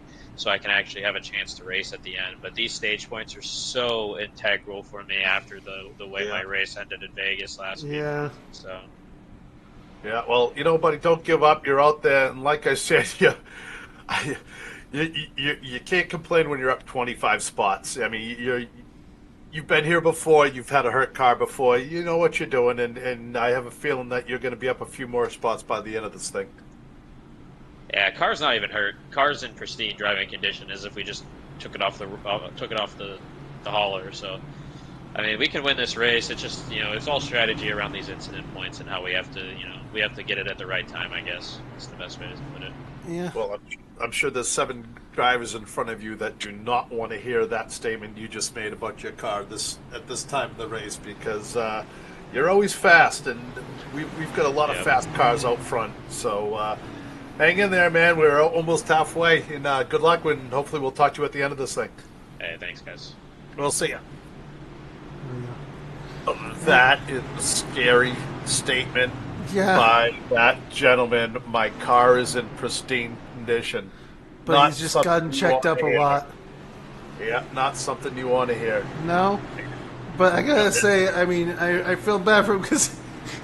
we brought him in and he's just like, hey guys. It's like, oh no. I was like, oh no. That comes from either a hangover or an iRacing session. Either way, it's the same feeling. And I tell you, we still have some racing to go. We're not even halfway in there yet. No, we haven't even hit stage 2 yet. Stage 2 is almost done here. We're on about to be lap 77 here as they come around and cross that start-finish line here. Do a little better start from that outside line, but that 42 car, once again, Jose, man, he's on it, and we're good to go. He is definitely on it there, but let's see how... But obviously, Zach's not too far from him still, so I believe... We're still green. We're still green going down the back straightaway, and it looks like the top 10 cars are starting to get into single file, and just about everybody in that top front pack, they're all trying to get in, and the amount of diving down you're seeing now, obviously. Oh, there's a caution I saw out in the back corner there. Oh boy! Oh, I believe that was yeah. Oh wow! Oh wow! Okay, well let's see what happened here. Let's see if we can catch what happened. As Noah Nicholson dove down on that dog leg there, and the 88 just caught him for some reason there. Oh, the 88 just lost it and just clipped him. The 88 just sent it inside there and just clipped him, and then oh no! Oh man! Oh my! That's the second or third time tonight he's got caught up in something else, you know, and we've all had those races. Well, the problem is I feel bad for Caleb because it seems like every race in this league so far, he has gotten caught up in something, and it's most time it's not because of his own fault. It's just because he's in the wrong place at the wrong time. But it's just he keeps getting caught in the wrong place at the wrong time consistently for some reason. I would hate to see what his statistics say as far as his. Oh, what? Wait, what happened to Chris? He was his at the flag. What happened to Chris? he was at the front during the restart. So what happened? Let's see if we can go back and figure out because he was at the front there. Oh, whoa, wait. Where's the chopper cam? Let's get that chopper cam real quick. See if we can't figure out what happened here. Let me get back to it faster here. Is that what started this whole thing? So he dove down. Oh, he dove down towards the dog leg and then just sent it back upwards. So he wasn't even a part of that wreck. He just. It looked like something broke on his stimulator or something. He just all of a sudden turned on that one. Yeah, he was. Here, one second. Let me pause real quick. Let me do this. Let's hop into where's the cockpit? Let's hop into the cockpit here. Let's just see what happened there. So he drove down. He came down a little bit and then just.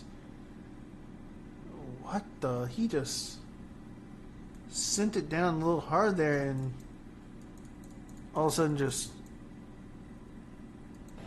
So he was trying to find, came down. Oh, almost like he didn't want to go to the dog leg and then just corrected it way too late there. Huh. Who got the lucky flag, the lucky dog on that? I feel like that would have to be, at this point, it's looking like it would have had to have been Connor, because, he was in the wreck. So. Was it the 22? Maybe, because I don't believe Nick was in that wreck, so I believe that would have been Nick Vasquez that got it. If Nick Vasquez gets the lucky dog on that puts him back on the lead lap. See, because they're on lap 80 right now, so he's on lap 70, about to be 78 right now. So I have him down as one lap down. Because the timing is showing him on 77.85, which means he's about to be on 78, and they just got the lap A1. Yeah, so A2 he's here. Lap now, yeah. So, I believe did that wreck also take Chris out of the race? I believe it probably did. I'm gonna bet it probably did. Here, let's see. Yep, out. So yeah, no, he took himself out after that. Man, it's been. So, Chris is been out of the race crazy. now. But his teammate Zach is still up there. And Mike is working his way back up. I mean, he's in 16th. He's been trying to creep back up with, Thomas also. Thomas isn't someone we talk about too much either. He's kind of sitting back there a bit as well. Not too far Green either. flag. As we go green. Again. Yep. New player in the second place spot here being Steven Menke. Yeah, and I'll tell you what, that 42 car once again is just.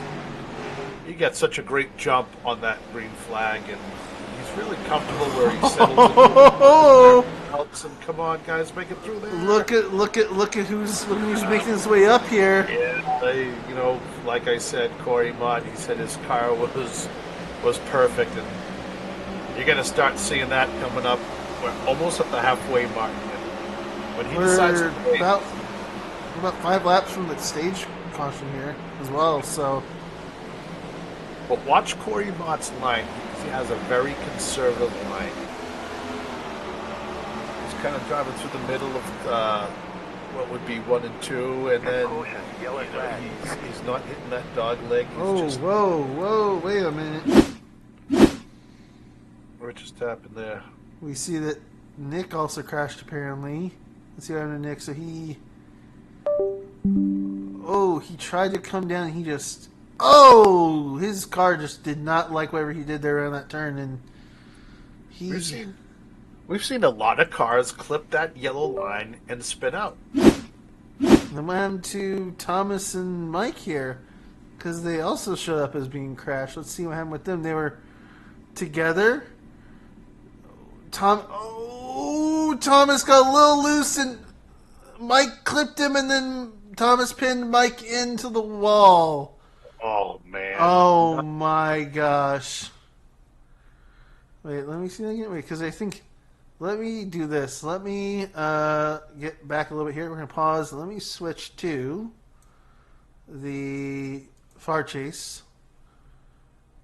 And we're going to take off the driver detail real quick so I can see what this looked like here. So, Mike came up to Thomas here, clipped him just ever so slightly, caused Thomas to go sideways. Mike tried to go on the inside. Thomas was already going sideways more, and that just sent Mike into the wall, and Thomas went with him, and man. That's a tough break, but you know what, though? He hit it twice. Hopefully he won't have that much damage.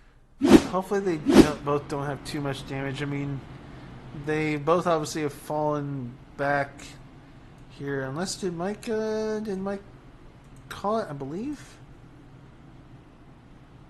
We have a couple more cars I coming believe back they both up. called it. No, I'll tell you what, Thomas. can we talk to my buddy Adam G. Johnson? Because he just gained a bunch of spots. He was down in 19th position a little while ago, and now he's right back up to 11th. Zoomed in here real quick. Get that zoomed in cam. Get the battle box out of the way here real quick. There we go. Trying to clean up the screen a bit here.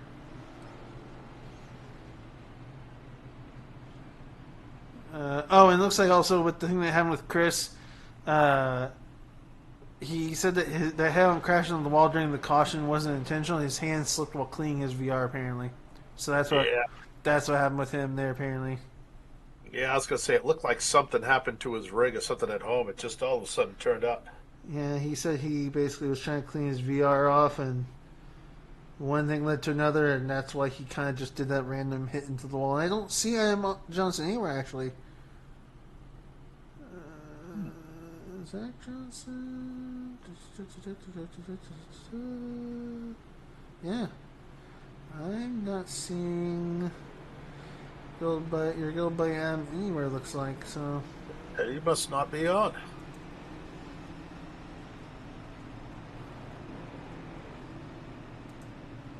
Nope, he's not on tonight. Well, I'm going to have to yell at him later on. as the lights on the pace car go out again here. And I believe we're coming around the back turn here as well. Looks like, yeah, we're coming around the back few turns here. Pace car is dropping off into the pits here. And obviously it means they're going to be coming here a bit because that pace, that pit lane is long as well. It is. They basically get off in like turn 4 essentially, so it's gonna be a minute here before they get around. But we are about to go to lap 89 here, which means basically one lap shootout until the stage. Green flag, green flag. Yeah, I kind of wish that they would just play this one off, but that was something that was discussed recently. A lot of guys like it, a lot of guys don't. But as we go green, we're trying to get close to that halfway mark, which is in about 10 laps, and man, it would be nice to make it there. We are. I mean, obviously, we're gonna get to have that. Whoa! 8 car just.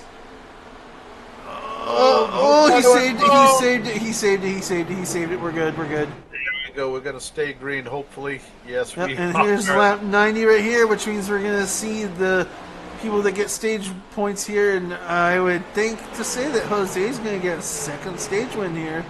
Yeah, Which is going to do amazing for his points. You heard Corey Mott tell us earlier how important those stage points are. Yeah. Jose got in the bucket on both of them. I mean, yeah, it's not just about finishing good. You got to get those stage points because, finishing good at the end of the race is definitely good in terms of points. But if you really want to get that edge and that win over everyone else in terms of points, you got to get those stage points as well. Because, I mean, a stage win nets you 10 bonus points. And because Jose's gotten both stages, The only That's 2 stages, that's 20 extra points. Just in one race. That is so huge. And if he, which it's looking like this is probably going to happen, but if he also wins it as well, that means max points for him. Both the maximum in stage win points and the maximum points in the win. He gets the maximum points he can for a race, and that is going to heavily bump him up in points. I mean, I think... Don't forget he won the pole. And he did win the poll, yeah, as well. I mean, again, like I said, max points. Max points. Because, I mean, if we look at points for, so far type of thing, let me get that ticker out of the way here. Let me move that ticker off the screen here.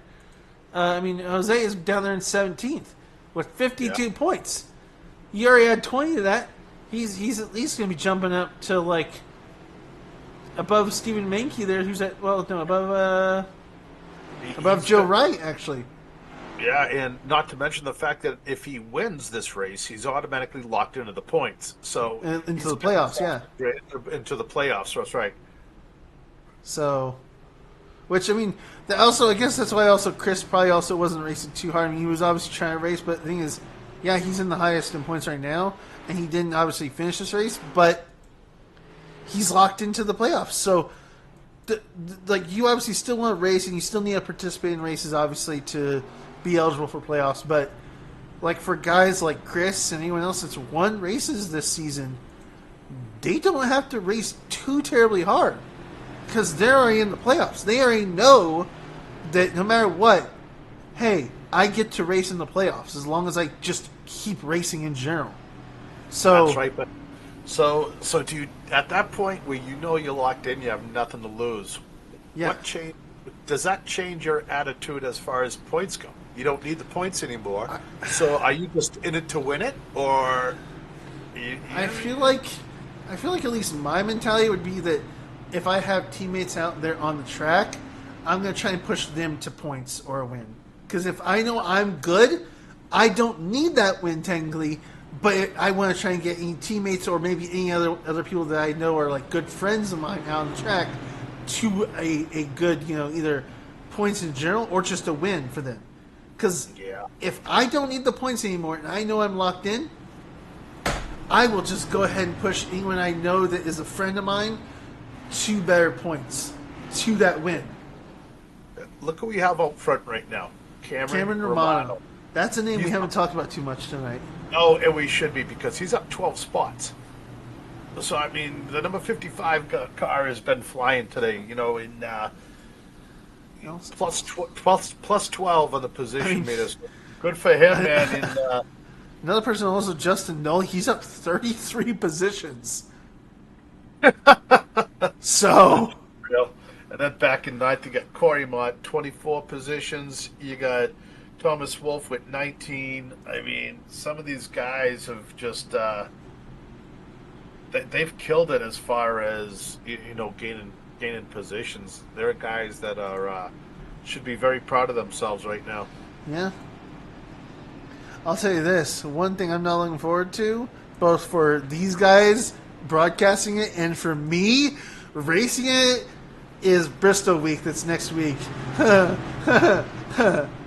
I do not look forward to that for trucks or to broadcast it in this because I feel like both are going to be caution fests. Yeah. It's Bristol. It's Bristol. Hey, I was in a truck race there last week, and matter of fact, it was Thursday, the night before my surgery. And on a 200 lap race in the trucks, we went 175 under green. Green flag pit stops at Bristol. It was a horror show. How did you go that many laps under green? Green. There was no stage points. There was none of that. It was just a hosted race. Oh, it's hosted. Okay, never mind then. Yeah. And here we go. Cameron Romano gets a pretty good jump right there. And look who's behind him. Mr. Saunders. Yeah, and he takes over third spot from Jose Acosta. I was saying Jose's right there, yeah. Whoa, Jose. Whoa, Jose is...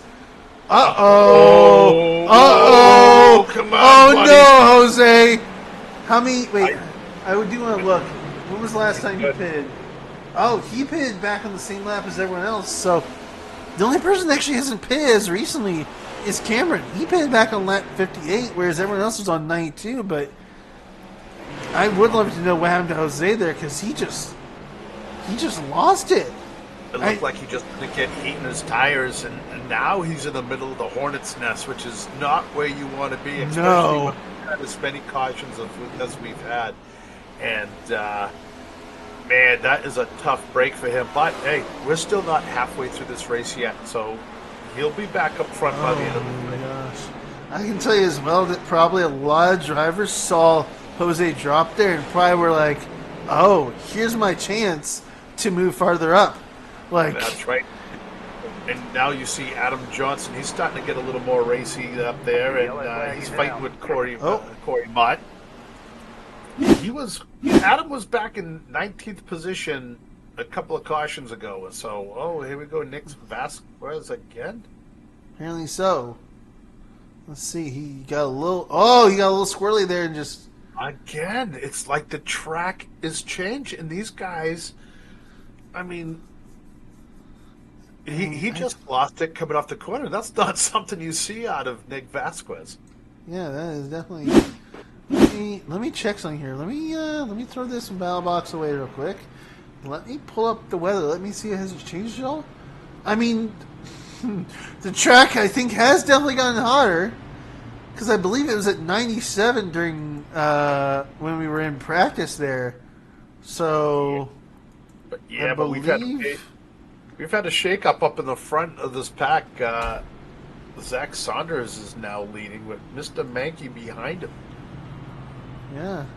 And then Mr. Justin Knoll, he squeezed himself up there farther. And look at that, there's Vince as well. Rabbit is back up there in fourth spot, and Zack Saunders and Steven, those guys, they started up front, so they've been kind of just hanging out here the whole entire race, and look where they are now. And then you got Stephen Carlisle and Corey Mott. He moved up another 3 spots, so he's up 27 positions now. Adam Johnson, he's up 2 from the last start. And Zach Johnson, he's up 13 positions since the start of this race. He's in 8th spot right now. So a lot of fast cars starting to move their way forward. It's definitely been quite the race for sure. Oh my gosh. Yeah, and I'll tell you what, one of my kids just made chocolate chip cookies, and I'm a chubby guy, so I got to go raid those real quick. I'll be right back. Oh.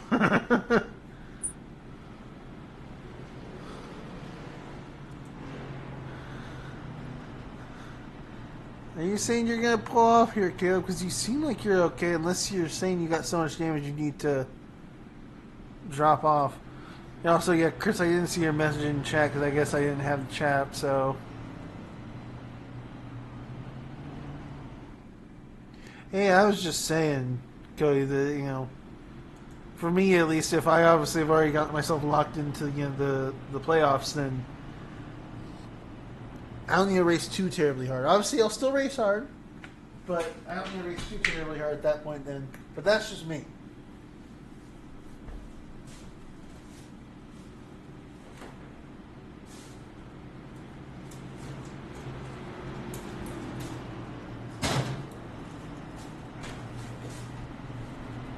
A little parched doing all this talking here.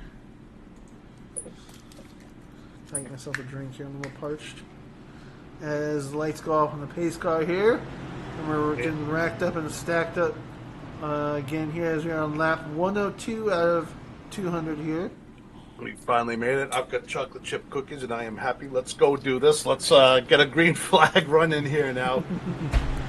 Lap 102. Saunders and Menke on the front with Knoll up 34 positions for him tonight, and I want to see what he can do with these boys now. Yeah, this is definitely going to be something here. As we are going to go green because the pace car is dropped off here. And now we go down the long back straightaway. And we're going to go green, right about where you see that Geico restart zone, and Green flag, green flag. here we go as Zach gets an okay-ish start there. Not, well, I mean, no, actually it was a lot better than I thought. It just didn't look as good from that camera angle there. Zack Saunders, Wow. he started this race in second place too many times tonight, and now all of a sudden he's got the rapid position and he's flying. With Justin Knoll right behind him there in that 85. And Menke not too far off either. These three kind of right, well, those two really I would say is Menke kind of fell off from the two, but they both kind of jumped to the dog leg there. And there's Stephen Carlisle as well, who's moved up, and there's your buddy Adam. He's all the way up in P5 now. Yeah, look at Jose Acosta is back in 16th position right now. He's moving up. We've got to kind of keep an eye on him to see how long it takes him to come up front. The yellow flag is We out. have the yellow flag out again. I'm seeing a Ben Lawson in a wreck here. Let's see what happened. I believe he's the number. Yeah, he's the number 3 car. Looks like he came down on Cody and sick Cody into the 99. Oh, that is going to be a race ender probably for Ben there. That was a hard hit. Oh, I see a tire bent. Yeah, no, I think that's if that's not a race ender, that is definitely going to hold him in the pits for a long time, if not end his race for sure. Yeah, I hope he wasn't in a full motion Sims because that would have been a rough one. And he definitely looks like he definitely jumped to the pits, as is to be expected after that. But he definitely he sent, I believe that was Cody. Yeah, he sent Cody Leach into Justin Bell. No, he sent Cody Leach into that 99 Twisted T car of Justin Bell there. You know, we also haven't really mentioned too much the sponsors on some of these cars. We always just call them by the numbers, and a lot of times it feels like they probably want their sponsors called. I mean, we got, what is that, does that say veganism.social on that car, I believe? Yeah, veganeasy.org, okay. That's Stephen Carlos. Do you know that vegan is an old Native American word that means bad hunter? Huh. Did not know that. And we have a lot of good guys up here at the front still. I mean, obviously Zach still held on, Justin still held on to a spot. Steven in that 6 AMS oil there car, 6 car. Reminds me of the old Mark Martin car back in the day. And G. Johnson is good old, filled with his own brand all over his car, 02 there. Racing Media, what a racing family he belongs to. Yeah, obviously Corey and his, what is that, Kubota, I think he said? Kubota, yeah. His Kubota 1. Yeah, Chevy 1 there. The 3G. Hey, luckily his car doesn't look like a modified car anymore. Luckily he's got it back off of that at least. So it looks pretty good actually. Rabbit's made his way back up front. And we have one of the other 2 Ryko, backer band guys still out here.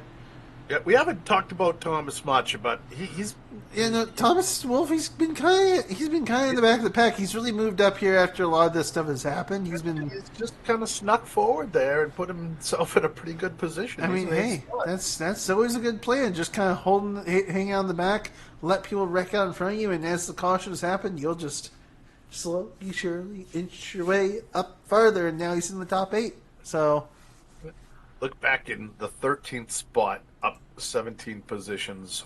Archie Williams there. Yeah, he's having a pretty good night so far. I mean, he had a couple wrecks he got caught up in, but he is up here at least in that 993. Yeah, he's made it back up in the 13th spot. I mean, we also got to mention Ray Gill. That man, I mean, as I remember earlier, he definitely lost it at one point on a turn, I believe I saw, and then he immediately cut, because I do remember in that same lap where I saw him sliding, he caught it and we never saw a caution. So definitely good on him there, because I don't remember what lap that was on, but I vividly remember that as being definitely something interesting that he did. In that, is that the Zen 66 car? All right. looks like he has some scrapes on the outside of that car too. Yeah. Oh, Gamer Subs as well on that car as well. Then we have the 78 Major's Garage car of Thomas Villano. And good old Charles Atwood's Sheets 32 car that we've seen many times. Yep. Papa Mott is good old 77 Delaware Life. And then there's that the man of the race that we were talking about, Jose. He's right back there next to Papa Mott. That, I will admit, that's a bit of a scary thing to be place to be in. Yeah, you're in the middle of the hornet's nest, but to also be right next to Papa Mott is definitely a scary thing. Yeah, Papa Mott made me hungry in the Doritos car the other night, and here we go green one more time, and Zack Saunders gets a hell of a jump, and it's like Steven got to jump over Justin there actually as well. Yeah, Justin, I think, kind of wasn't expecting. He fell asleep because my man Adam Johnson, he's about to squeeze up into a couple of spots. He took advantage of a couple of guys sleeping back there. Yeah, as you can see here, he's side by side with, I believe that's Stephen Carlisle there. Johnson going to take the dog leg here and see if maybe, but I hate to say, I don't know if, like Mike said earlier during the interview as well, is the place to pass really seems to be the outside, but at the same time, Adam just had the speed there. He just got the momentum going because he all of a sudden is now past, Steven for that position. Yeah, he's up in fourth now. There you go. He's going about 130-ish. Right now. He's going to drive into that dog leg. You see him get over 160 and then, oh, wow. Quite the dangerous dive there.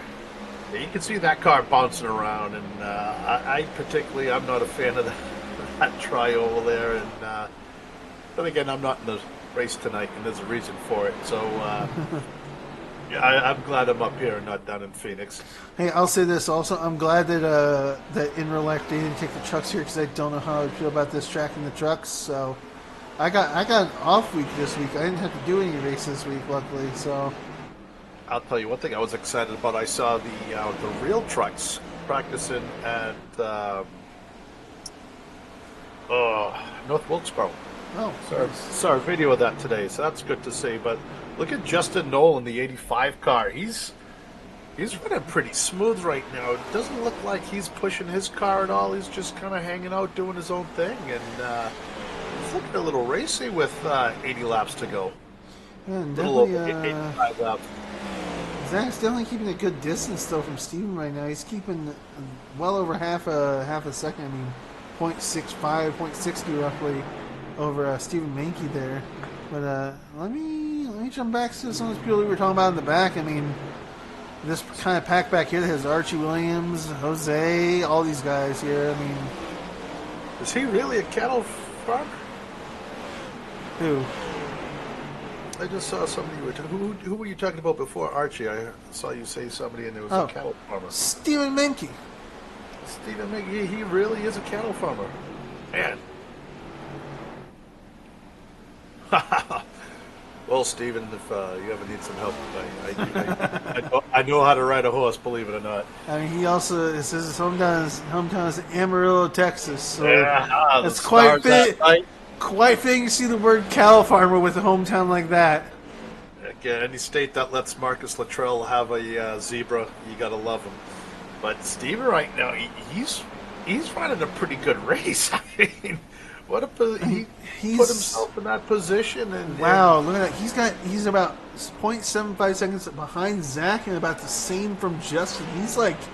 He's in a happy middle right now in terms of distance between the two cars. He is. He knows there's going to be more cautions, and he's flying around the track right now.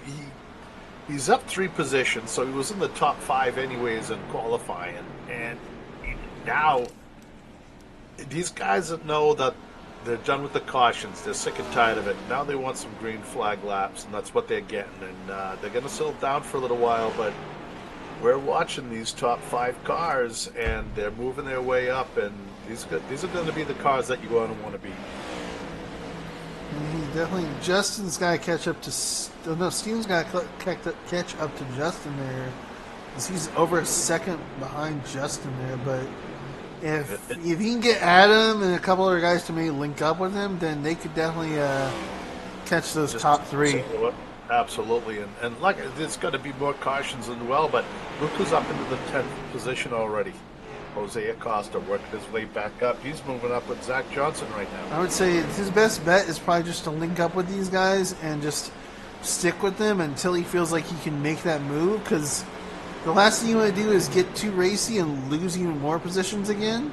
So I would say, yeah, what he's doing right now, where he's just kind of linked up with Zach Johnson and these guys, is probably his best bet, just so he doesn't lose his positions. As he gets past Zach Johnson there, he gets past him barely, maybe.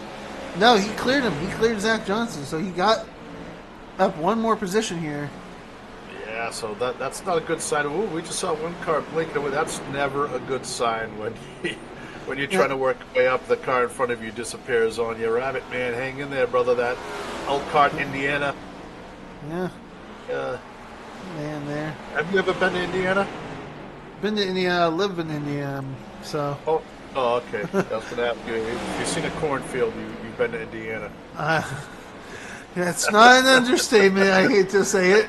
I mean, when 1 year of the state fair was literally the running thing during it was, oh, these rides are powered by corn oil. They're definitely leaning into how much corn there is here. So, yeah, but Dogs and Suds is still a wonderful little restaurant. Oh God, do they still even have those out there? No, sadly, but I do know I do know the restaurant you're talking about. I loved it. I loved it so much. Yeah, hitting that on the way to go watch the night before the 500 with Bertrand Motorsports. That was a few years ago. We went back there with a couple of midgets and did pretty well, as a matter of fact. Speaking of doing well, Thomas Wolfe, he's just hanging out with that 94 car, and he's in 6th spot. He's looking behind Adam Johnson. Actually, is that yeah, that is Adam right in front of him. Yeah. Look at the times these guys are running. I mean, here, let me take away the battle box. Let me bring up the lap history for you guys. Let me do this real quick. We're running some consistent times. Because let me go up to Adam Johnson and show you the kind of comparison. I mean, Thomas has actually been running a couple better laps than Adam right now, at least over the last 5 laps. Jose Acosta once again takes another position away from Coy Mutt. He's up to 7th position now. And also to talk about Saunders and Menke. I mean, Menke's getting a couple good laps on Zach here, but for the most part, I mean, I think it's just because he's kind of being held up by lap cars at this point, looks like here. But I don't think anybody's really racing just yet. They're just trying to make it to the next caution lap, the next stage race, stage lap. And once they get through there, then you're going to see the shootout. That's when I think the racing's going to get real good. And hopefully we've used up all the cautions. Hopefully.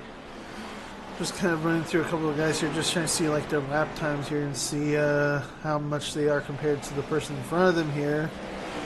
Not really a stat I've used too much, but I want to kind of use it because it feels like this might be the time to really use it with how this race is going. So, but let me get that. Let me put this away real quick. Let me get that bow box back up because I know having that bow box up really helps, so we know how close these guys are to each other. One guy we haven't talked about is the guy back at that 15 spot, Dave Nestor in the Wolfpack racing team. He's had quite a few close calls back there, him and Ray Gill, and there he is, Brunswick Bowling Products representative, and I happen to have a bowling ball that I'm not very good with, but I have one, Dave Nestor, so if you want to give me lessons, let's hook up, brother. But he's out there having fun today. He's in the top 15, just hanging out.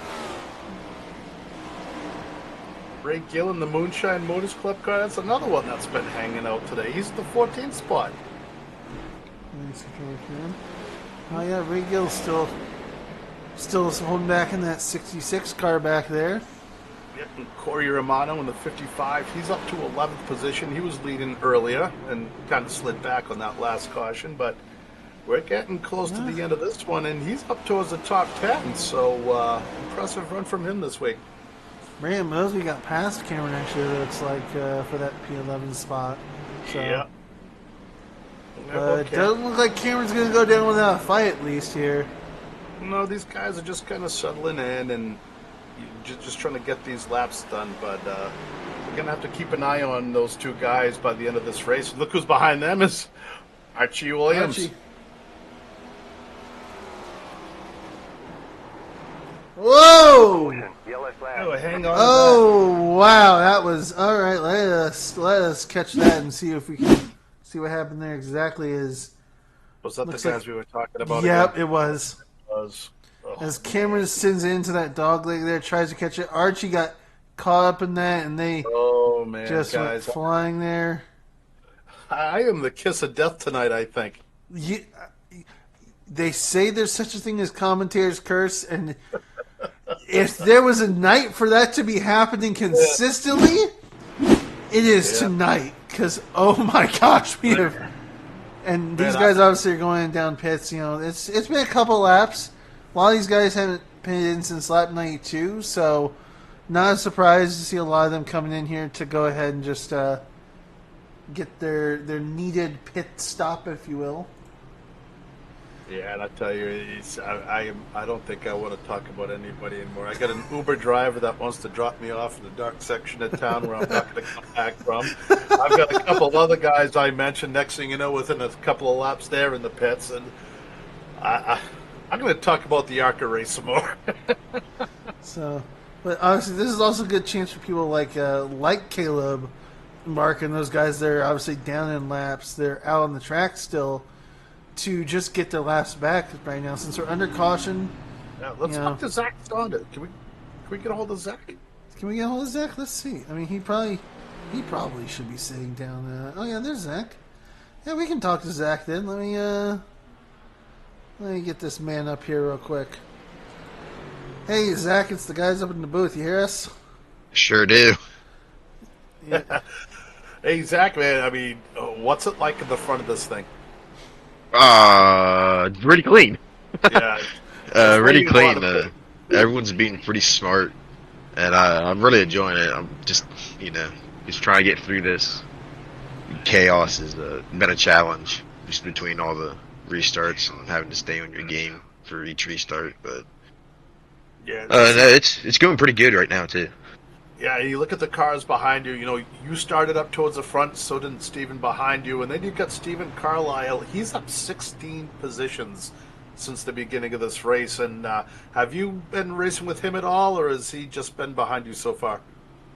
Other than Steven, I haven't really raced with anyone that's looks like inside the top 5 here. Except for Justin. The only two people I've ran around is Steven and Justin so far. It's inside top 5, but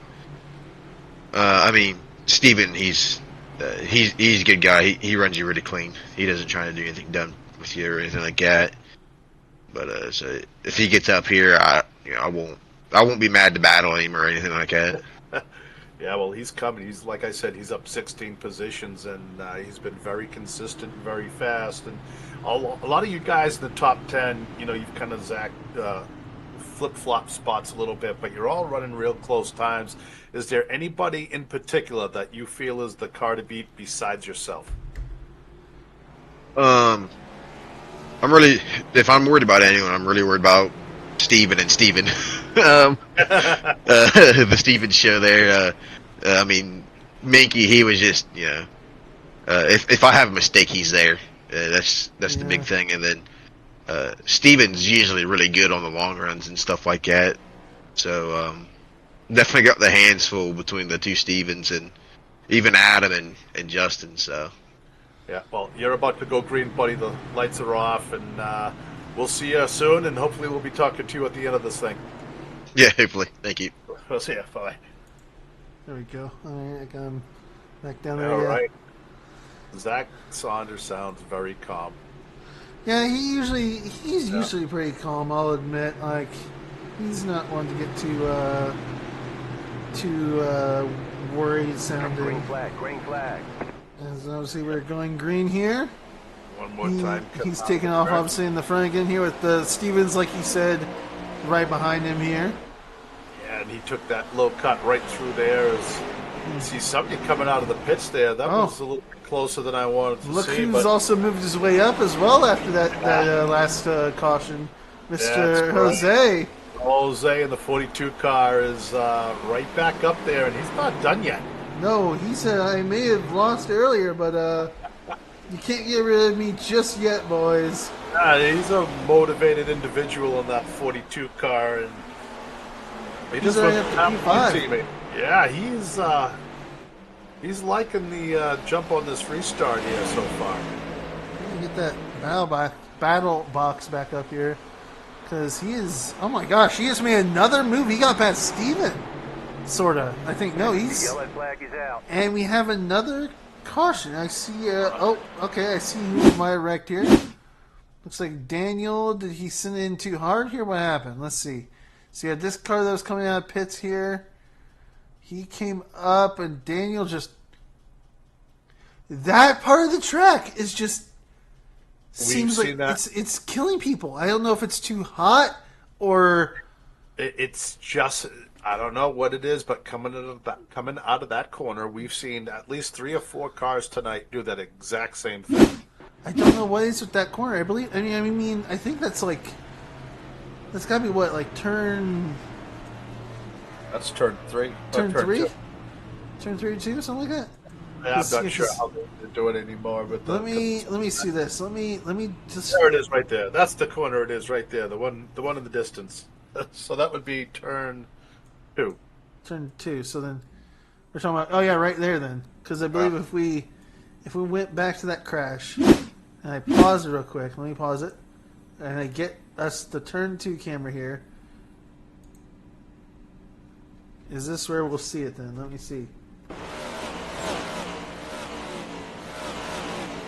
Yeah, so yeah, it's right there on turn 2.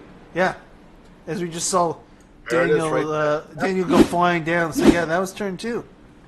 Yeah, it seems as if there is a very small window coming out of turn 2. It seems if you get too high, you hit the marbles, and that's what happens. I think that's the 3rd car we've seen do that tonight. It's like 3rd or 4th. It has to be. Yeah. So victim of circumstance for that one, and I feel for the guy. It's so frustrating.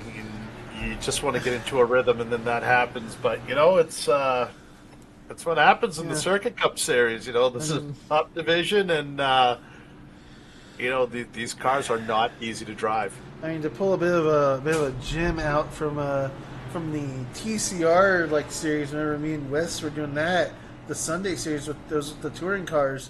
We always had a running gag where every race we basically had what we called a tire wall, or basically the car killer of the race, where we basically say what it seemed like was that car killer in each race. In the Daytona road course during the touring cars, it was the tire wall on the on that chicane bus stop, basically on the backstretch. And here, it seems like that tire killer, or that tire wall killer, car killer of this is, like you said, that turn 2. Just you hit it wrong, just it kills the car.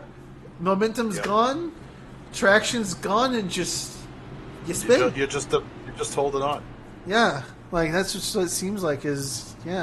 So certified car killer of the race is that part of turn 2, basically. Jose Acosta is going to be starting in 4th position. What do you think about that? He was back. He kind of lost it there on one of those restarts. Went back to about 14th or 15th position, and now he's right back up, starting on the outside of row 2. So, man, 60 laps to go, and we have some really fast cars, the top 10 right now. Yep. As we're about to go green again here. And let me get that starter cam right here soon, because I'm going to actually do the thing we hadn't done in a bit. I'm going to do that whole car thing that we've done a couple times here, just get some stuff going here. Let me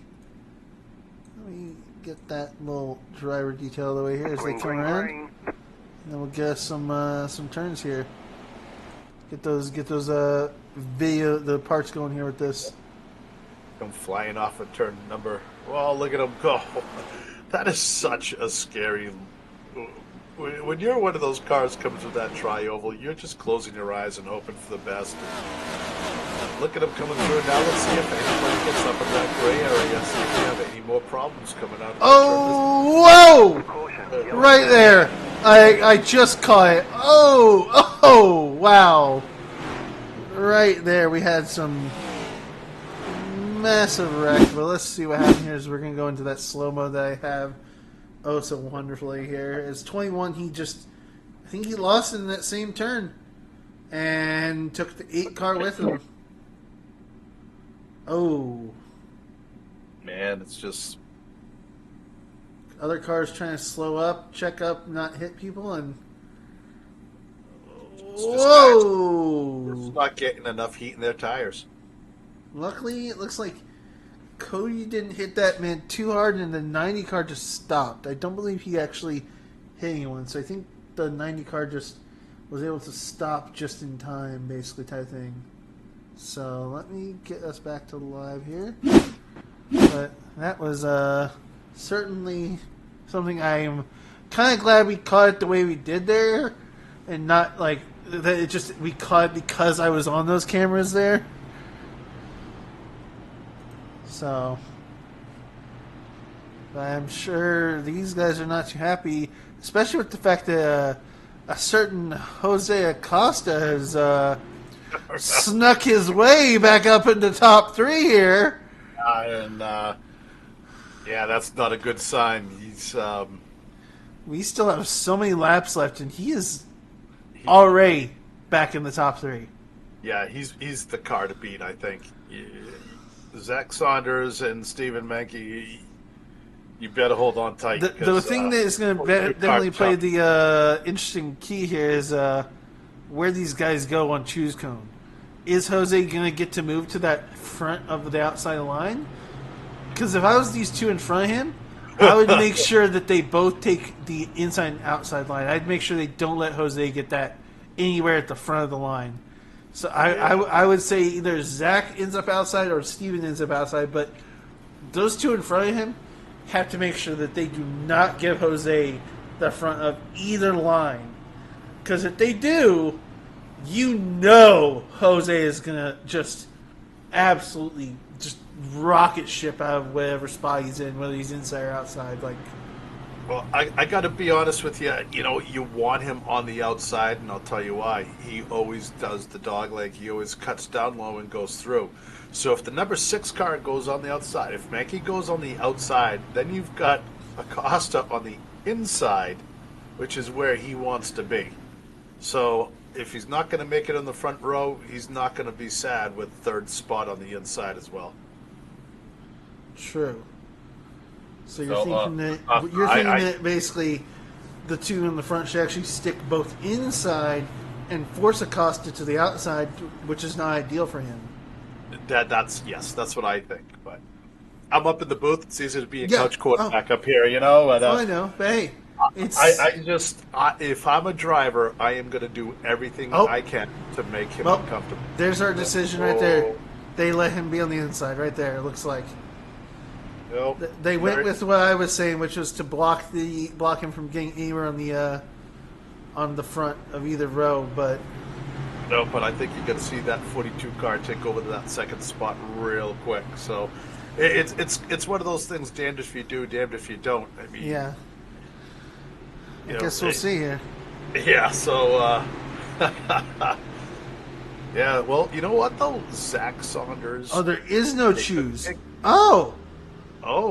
So I thought choose cone was in effect. Apparently, yeah. You know, I was kind of surprised when you said that earlier, but you know, what do I know? So I just kind of rolled with it. But I figured because I'm used to there being choose cone, so I kind of figured it'd be a choose cone. But yeah. So now that's on me then. My bad. I assumed and I shouldn't have assumed. Fired. Make an ass out of you and me. No, here we go, and look at that. Yep. You saw him just take off down the inside lane. He's right in the 2nd position as we go into turn number 2, and this is where the trouble spot has been all night long. Let's hold our breath. Because taking that sharp turn inside was what was killing people. Yeah, I think everybody kind of rolled really conservative through that corner. And if you look at it, we only have 16 cars in the lead lap right now. That's how much trouble we've had. And man, that 42 car wants to get back out front, doesn't he? For sure.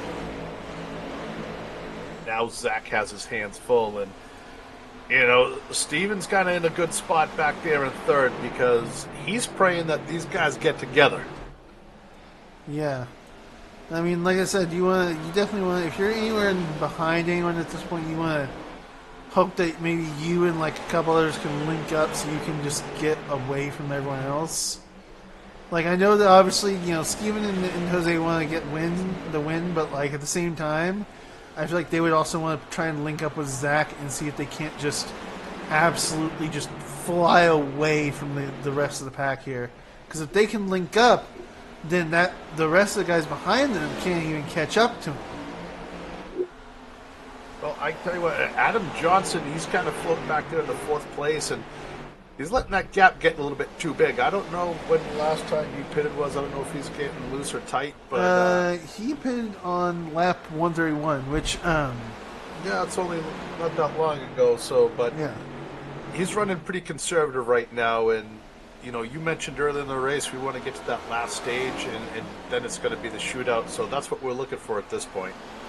Yeah. And when do we do have one more stage, do we not? Just the end of the race. Right here. Wow, that was one. Oh, okay. No, it was 45 and 90, and then 45, 90, and then just the end of the race. So yeah, no, we are in the basically just home stretch of the race at this point. In the fact that there are no more stages. It is a 50-lap shootout now, and you look at that 42 car again, getting a little bit more aggressive coming through that tri-oval. He's starting to catch Zack Saunders, and their lap times are so. Zack Saunders ran a 27.6, and Jose ran a 27.7. So those guys are just. And yeah, as you look right there on that little lap times thing there. Now, Acosta has had these last two laps be a little bit slower than Zach, looks like. Well, I say a little bit, but 0.1. So, not too much slower, but still something. So, let's do it this way. There we go. Okay. There we go. That shows how much faster Saunders is than Acosta at the moment. Yeah, so Zach is right now is the man in control, and he looks like he's pulling away a little bit from Jose. Yeah, that gap definitely is slightly increasing. Not too much, but it did increase a bit. Now it looks like coming up on lap cars too, so this is going to start getting really interesting coming down with less than 50 laps to go. Yeah. We're still obviously far enough from the end to where we still don't have the laps to go graphic. Otherwise, we would see that. But right now, we just see lap of, so. But a couple other people as well. I mean, we got. Let me get those lap history out there. There we go. We have Thomas Wolfe, obviously, who's moving his way up. He's got Mr. Vince Mitchell right behind him. And one of those Stevens, like Zach talked about, one of the Stevens is right here in P8. So he kind of fell off a little bit. But the other Steven, obviously, is Menke, who's up here in P3, right behind Jose. You got Justin Knoll now in 5th spot. He's up 32 positions. And then Thomas Wolfe is up 28 positions in the 6th spot. So, and they're trying to catch up to Adam. Yeah, these top 10 are just kind of... Man, the guys are starting to come from all over the place. And you're seeing a good mix of race car drivers right now. But yeah, it looks like Adam Johnson, he's definitely under attack from that 85 car right now. Yeah, for sure. This is definitely been... I mean, a lot of these guys, obviously, they're kind of playing safe, but at the same time, I've noticed, I think, like, they're playing safe, but once they feel like they've got the run, then they're just, they're going to try and go for it. So... Oh, we got one car, the 86. Yeah, we got Ryan Taft, a little weird that he's on the outside. He's definitely going to get pinched by these guys a couple times here if he's not careful. He's trying to stay out of everybody's way, but hopefully. Whoa! Oh, that was a very masterful slot in there just for the sake of that turn only. Wow, that was something. Yeah, but I tell you what, he's doing everything he can to stay out of the way right there. So kudos to him. Another lap car looks like up there in the form of Nim Silva. No, that's Nim, not Nim. That is Nathaniel Campbell. My bad. I got Nathaniel and Nim's colors mixed up for a second there from the back end. That is actually Nathaniel Campbell that was being passed by Jose and Steven and Nim, who has linked himself kind of in the middle behind Adam. If anything, that's also helping these top three actually get away from Adam Johnson, because they kind of have that car there that's half pushing the top four or top three ahead, really. Yeah, and Adam now is he's getting kind of like in the middle of that pack. He's got a couple of car legs down. The car behind. Look how far ahead Zach is. Zach is waving goodbye to the 42 car right now. He's over a second, 1.25 seconds ahead. Hey, look who's up into 11th spot. Noah Nicholson, pal. You know, the guy from Southie there, Boston. The man that we thought was out of the race. And now we thought, but now he's back in there, man. Hey, he persevered. 11th spot, man. He's up at 11th right now. Hey, Boston. Isn't that what we said earlier? Was just about perseverance? I mean, just surviving? I mean...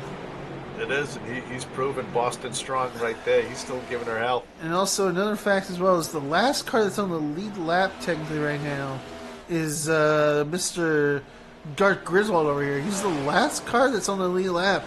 After that, we begin to feel like Brandon Mosby, who's like a lap down, and Nathaniel Campbell, who's a couple laps down. But Mr. Griswold, he's had a tough race again tonight. He's getting caught up with while the guys Dave stop. Nestor's still up there though as well. He is, and they've been going for it, and there's still time to go, and they got some great positions, and I'm seeing some more smoke on the track. If we stay in green, I hope.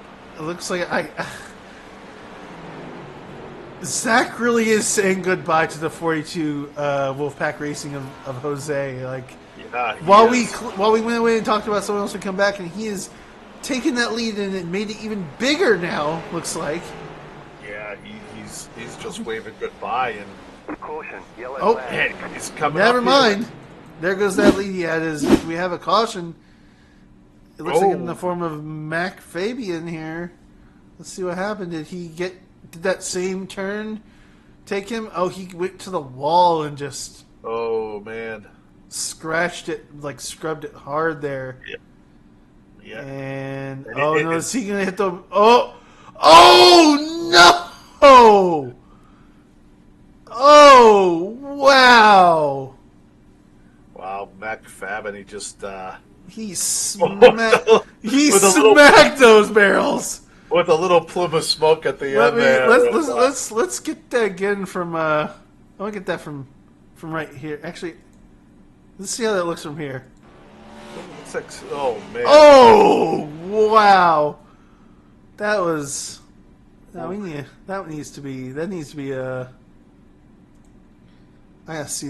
We gotta see this from a couple. Well, he is from Buffalo, and we knew how their sports football team went this year. But the old Barstool Sports on there, and I got to be honest with him, I'm a big fan of Barstool and those guys, and they always hook up in golf with the guys from Bob Does Sports, and it's always a good laugh. But now, that's the guy, Zack Saunders. That is weird. We have Jose that went into pits while we were. Yep.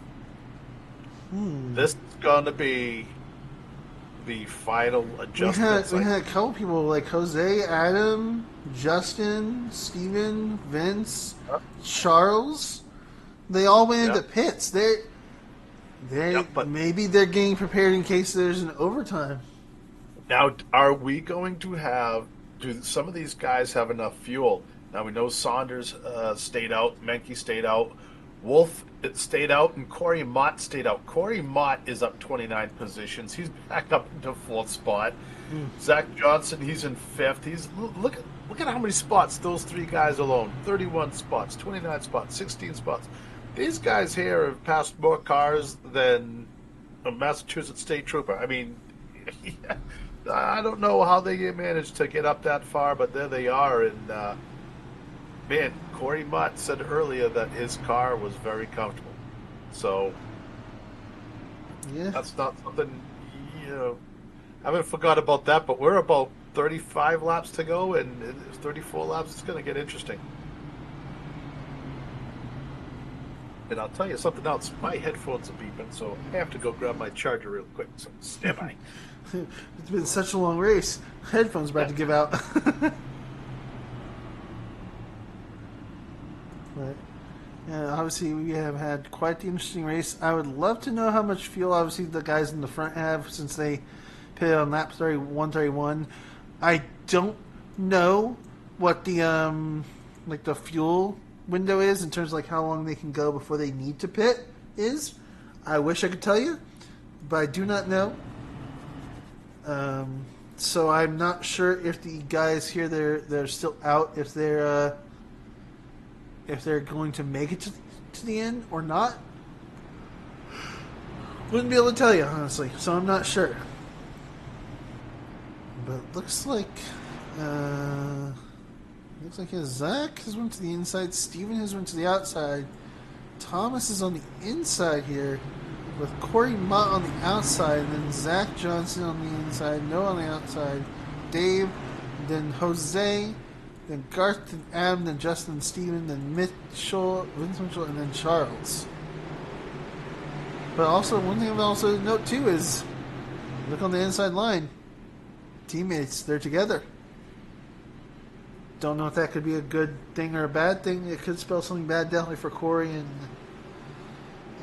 Menke, who are on the outside line there, as the teammates are linked up, as we're going to go green here again here momentarily as they hit that Geico restart zone, and we are green here. They're making that dive down to the dog lake like always. And it looks like a couple of those guys made a little bit of a better pass on Thomas Wolfe there as Menke got back into that P2 spot there. But he is right on the bumper, Steven. Let me see if I can't get you guys a nice little camera angle here as we maybe see if we can't jump to, I believe it's the gearbox. That is the gearbox.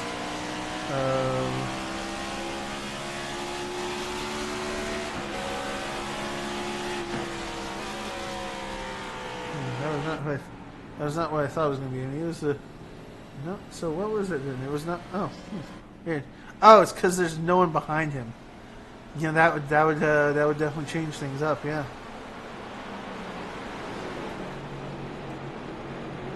So let's go ahead and see if we can jump to. I mean, Steven's just absolutely swinging here. Zach's taking off again here, though. But look at that. Corey Mott has made his way back up to P3 here. But also Jose. Jose's right behind Thomas Wolfe there.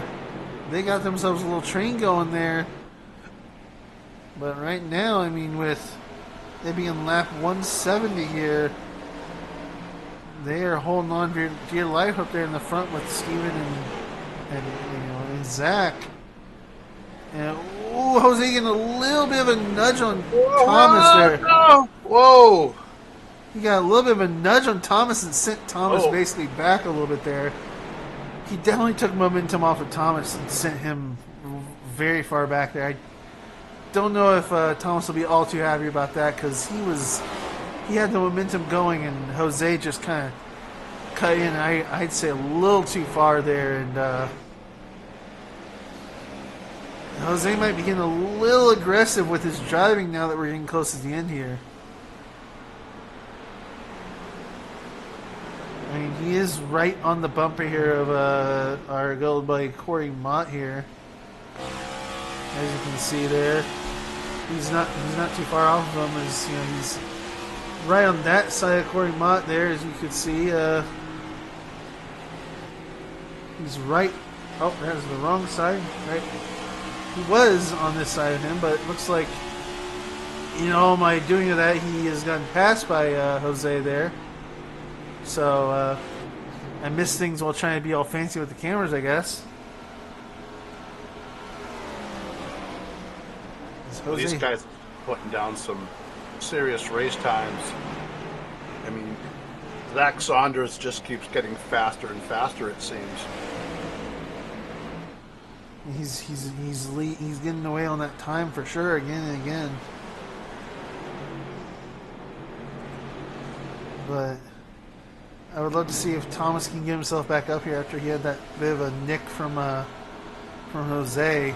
As we are at 26 laps to go, we've finally gotten so far in the race. We have the laps to go graphic finally, which means we're in the home stretch for sure now. Corey getting a little wobbly out of the pack there for some reason.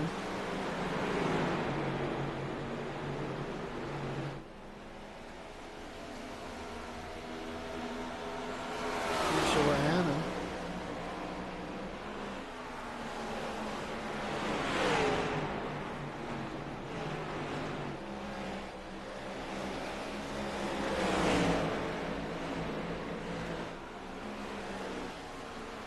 Let's see here. There's a nice little group there. I'm just trying to kind of see what is happening here. But it looks like, I believe that's Justin Knoll that was trying to pass on Corey and didn't get the pass there. But definitely was some close racing there for sure. Let's go ahead and check back up here and see how that is going. Zach is not really too far away from Menke, but I think being held up by that lap car for sure held him up for a second there, if anything. So it looks like Jose was able to get past Steven. So I'd say Zach needs to be a little worried because Jose's got himself back up to second place now. He's coming and he's not bad. I would say, if anything, Zach needs to hope that there's no more cautions, because I think as long as there's no more cautions, Zach can hold on to his lead pretty much. I mean, because Jose needs to have draft to obviously get more, caught up to Zach here, but I think as long as, I say that as I watch Zach's time going down, but I think as Jose if he doesn't have too much of a draft with someone else, then I'd say Zach is probably going to keep just pulling away at this point, as long as Jose doesn't link up with anyone, which he is kind of linking up with Steven, but he still has a long way to go with 22 laps. Yeah. And then he's going to try to get by him. So, it's one thing to catch him, it's another thing to get by him. Well, that's not what Zach probably wanted right there. Who caused that caution? Couldn't tell you, because I see nothing on my event screen, so I have no idea what caused that caution. Can we go into iRacing and see? I'm going to say who crashed, because I did not see it. I would love to know.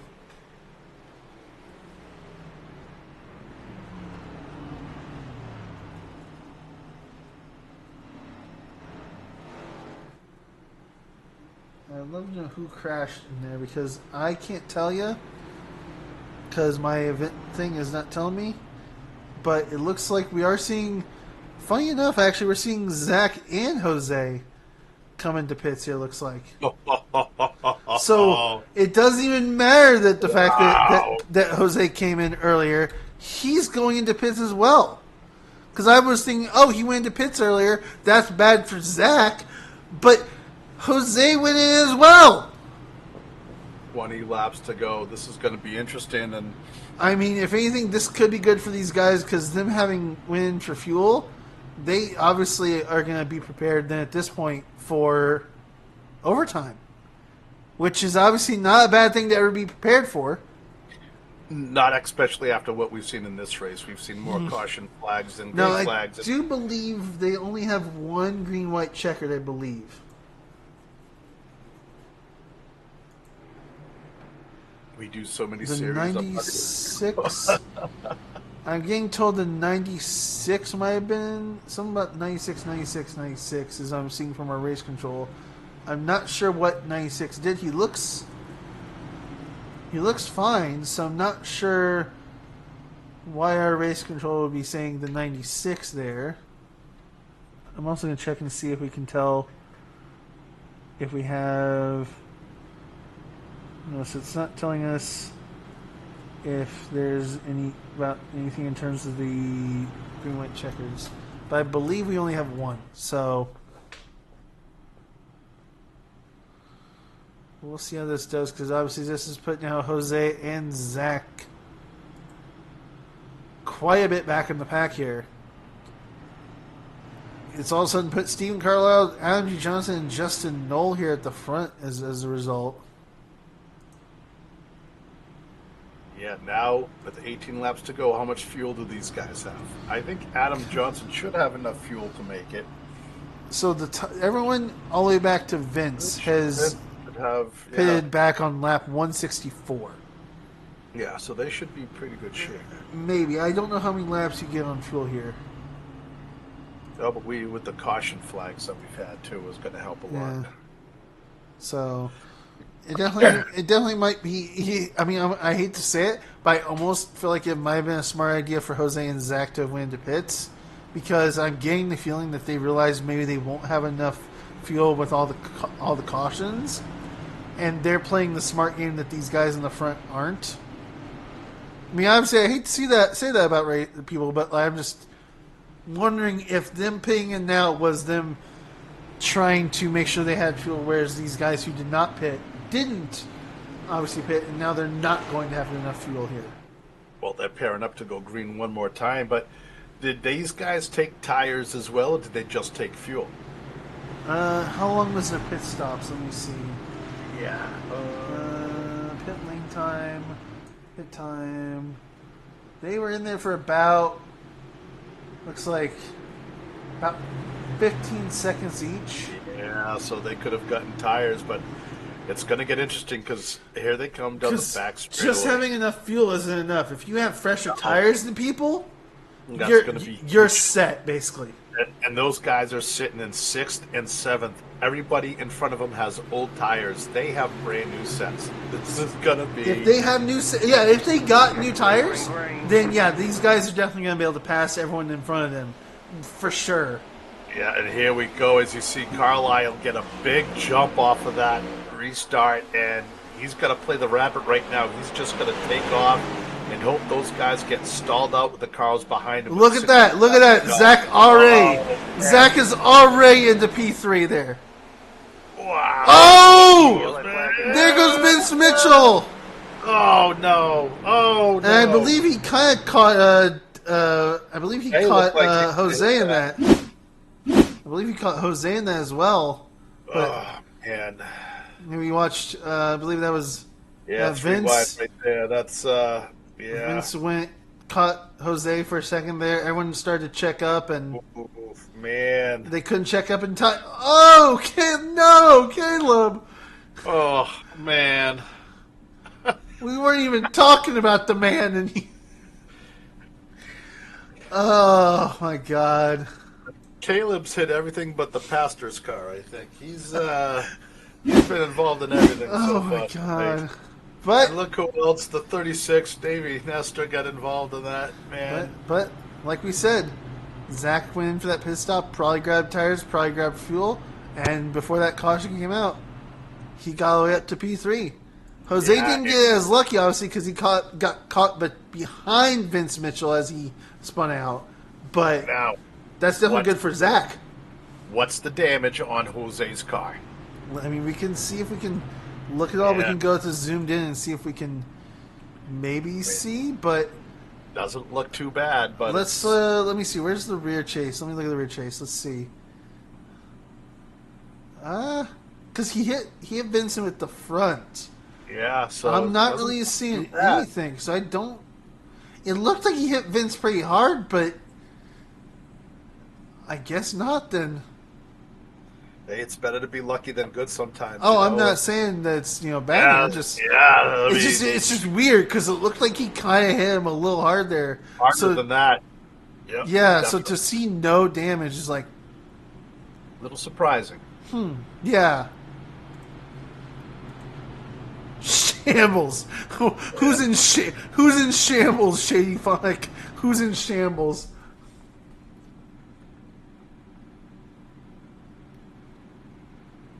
I'm going to tell you one thing. Steve Carlisle got an amazing jump there, and if he can do that again, we're going to be going back with just over 10 laps to go. So he could be the spoiler. Can you imagine Steven Carlisle pulling this one out? Oh my gosh! I mean, that would be something.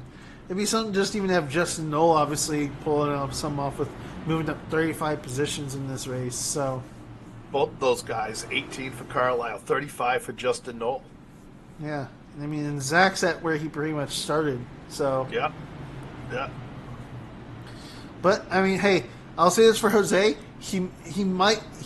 maybe he'll get back to the front, but if he doesn't, he has this going for him. He got both the stage wins.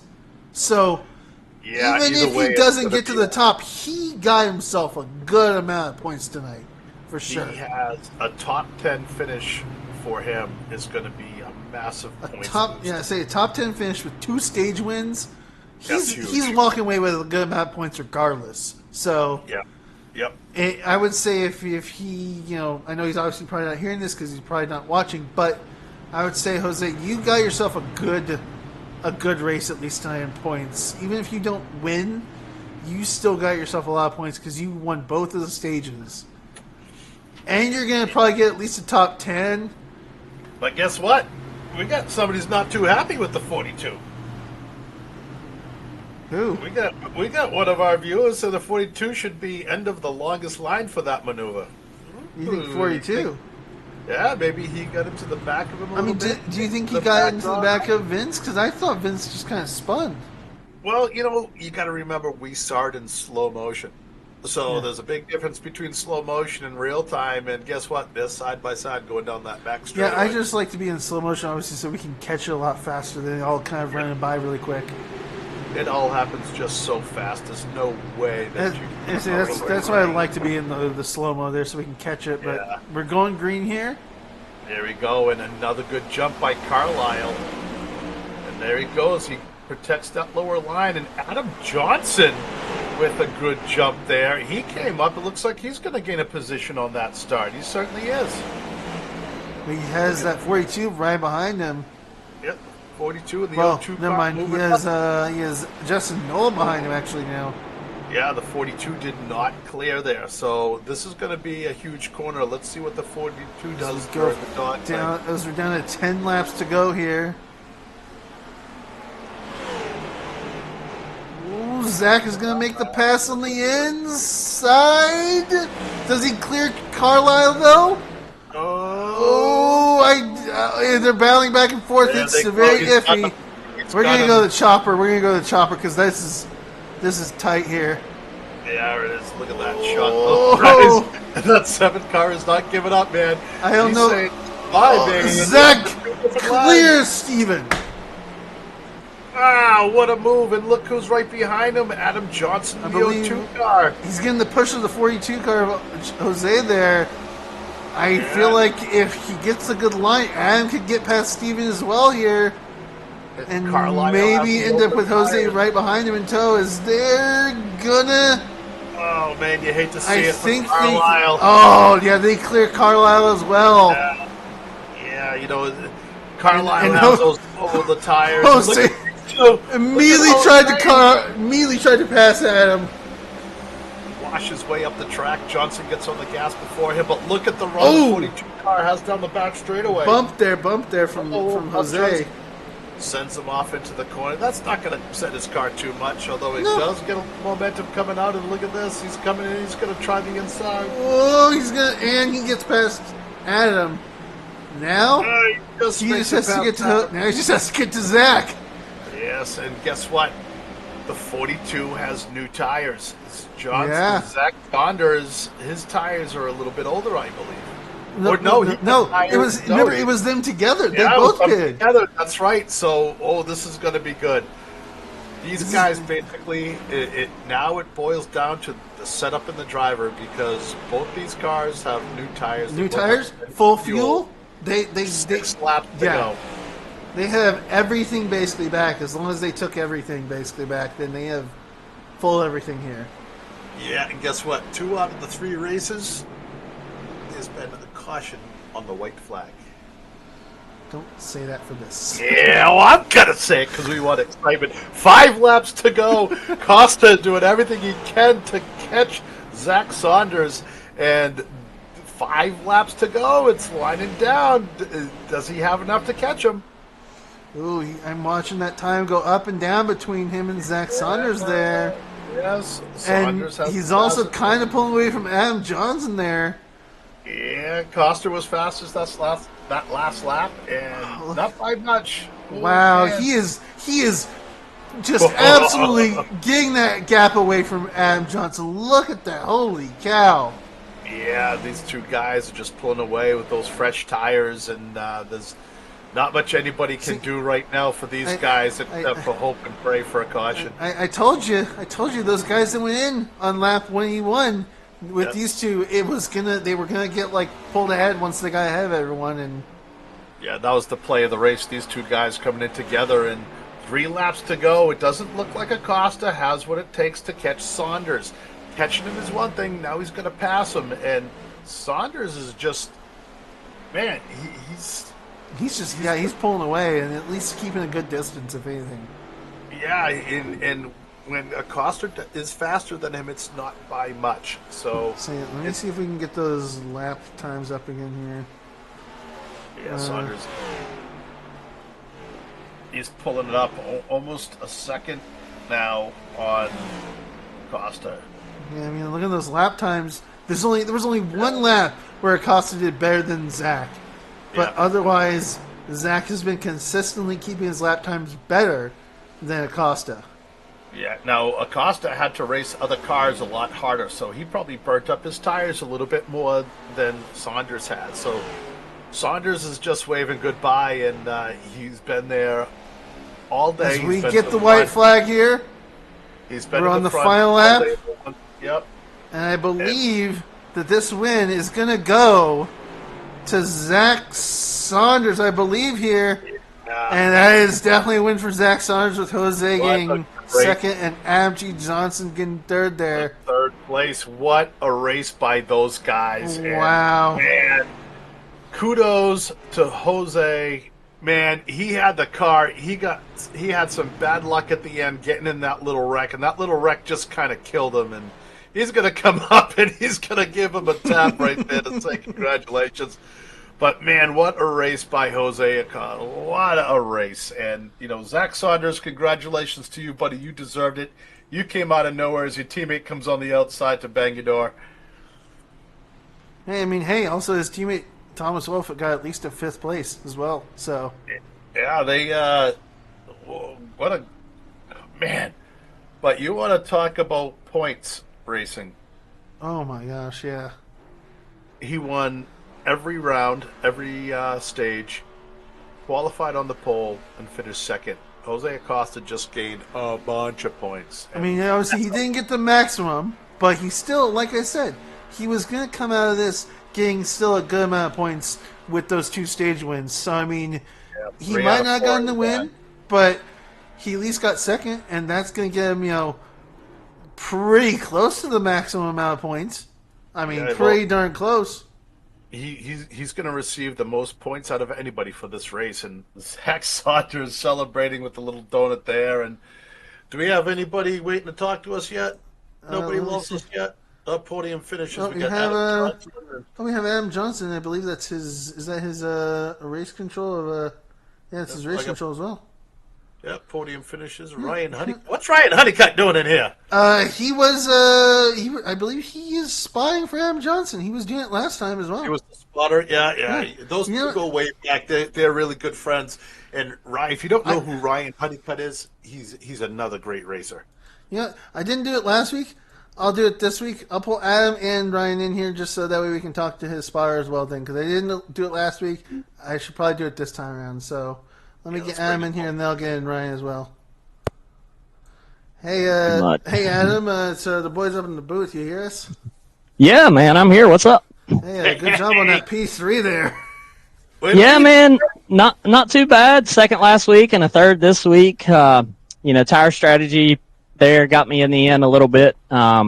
I'd used up my last set, and those other guys come in and took them when I had already 20 laps on mine. But Zach and Jose were real fast all day anyway, so I don't know if I could have done any better than that or not. I feel like I would have at least been close, would have been battling for it, but I'll take a third after all that. So Yeah, I will say one thing that probably definitely at least made a difference there was the fact that those guys did pit in on lap 181, and I believe they probably got tires. That's what we assumed. I mean, Yep, they did. Yep, they had a set there. They all stayed out on that lap 164 caution where me and Justin and some others came in. And I thought more people were going to follow me down pit road then, and they didn't. So then after they did come in on lap 181, they restarted sixth, and so they didn't have much traffic to work around there. Yeah, but sure. Well, I'll tell you what, Adam, I talk to you all the time. I'm going to talk to your spotter, Ryan. You had a busy job tonight. I just spotted like the first 100, and then I had to go take a phone call, but so I missed the last 100, and I just got back. But yeah, before I left, it was definitely busy, especially whenever he decided to speed on pit road, and I had to count more cars than I have fingers and toes. Yeah, I made a mistake there coming in from top 5, 4th or something, and I ended up speeding on pit road, so that put me to the back, and I was pretty worried about that, but I was able to come back up through there, and especially with the work of Ryan there. He's awesome, so I appreciate everything he does for us. Yeah, well, I know you two pretty well, and I know what Ryan's capabilities are, and you guys are pretty tight, and when you're tight, you can work together like that, and hey, you know what? It's good to have, and I got to get you guys up here to Massachusetts so I can take you to some rail racing. That's all I got to say. Hey, I'm coming up this year. I'm coming up north for some ARCA races, so we'll see. Maybe they'll have some local divisions at the ARCA race. I can see what all this rail racing everyone's talking about. Well, we're going to get you in something up here, and let me know when you're coming up. Maybe I can get you into a midget. But hey, Adam, congratulations, brother, man. 3rd place finish, and it's good to see you. Yeah, you too, bud, and I appreciate it. Thank you guys for everything y'all do. Thanks for putting on the broadcast, and shout out to everybody who runs the league, and Jeremy for race control. I know he had a crazy busy job tonight, and I feel for him, man. Oh, Lord. But that was a good time, and everybody go to YouTube and check out Johnson Racing Media if you want to see some blogs of our race team and some local short track racing.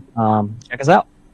And I'll tell you what, Austin, it was Ryan on Adam's setup that got me involved in iRacing, so it was those two guys that got me into this mess. Yep, he's all the better for it. So, all right, guys, we'll see you later, man. Thanks a lot. All right, appreciate it, guys. Yep. Very good. Then we got Jose. Let me bring him in here. Bring in Jose. Hey, Jose, it's the boys up in the booth. You hear us? I do have a copy. Oh, well, good job on the P2 there. You fought really hard, man, and like I was telling Bill here, obviously, I mean, you didn't get the win, but you had the 2 stage wins, and you got second, so, I mean, you're coming away with a lot of points tonight still. Yeah, it looks like I did came out with a lot of points, but, I mean, I got the 2 stage win because there was a lot of cautions, I had to stay at the front. I didn't have to do anything. I didn't have to fight for anything. Well, you definitely had the car tonight. You were in the front for most of the race. You got shuffled back, and then you came right back through. It didn't look like you even struggled coming back up, and then you almost win the thing. Yeah, well, I didn't shuffle back. I lost it. Yeah, what happened there? You weren't the only guy to get loose coming off of that corner. There was 4 or 5 cautions were because of that exact same thing. Guys getting loose coming off of turn 2. Yeah, I mean, what happened after I changed my tires, I was running in front the whole time. So obviously, I think I ended up, after getting out of the pit, I was like 3rd place, I believe, something like that, 2nd place, and then the dirty air acted way different.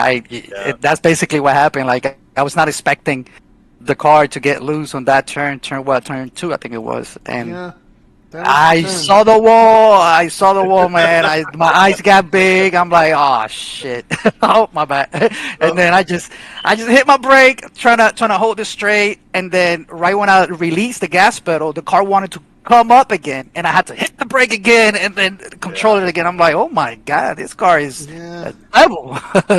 It was, but it was sorry. It's almost a heartbreak to see you finish second tonight because it was so obvious you were the car to beat out there, and then Zack's just kind of jumped up there and he kind of stole this one he owes you one.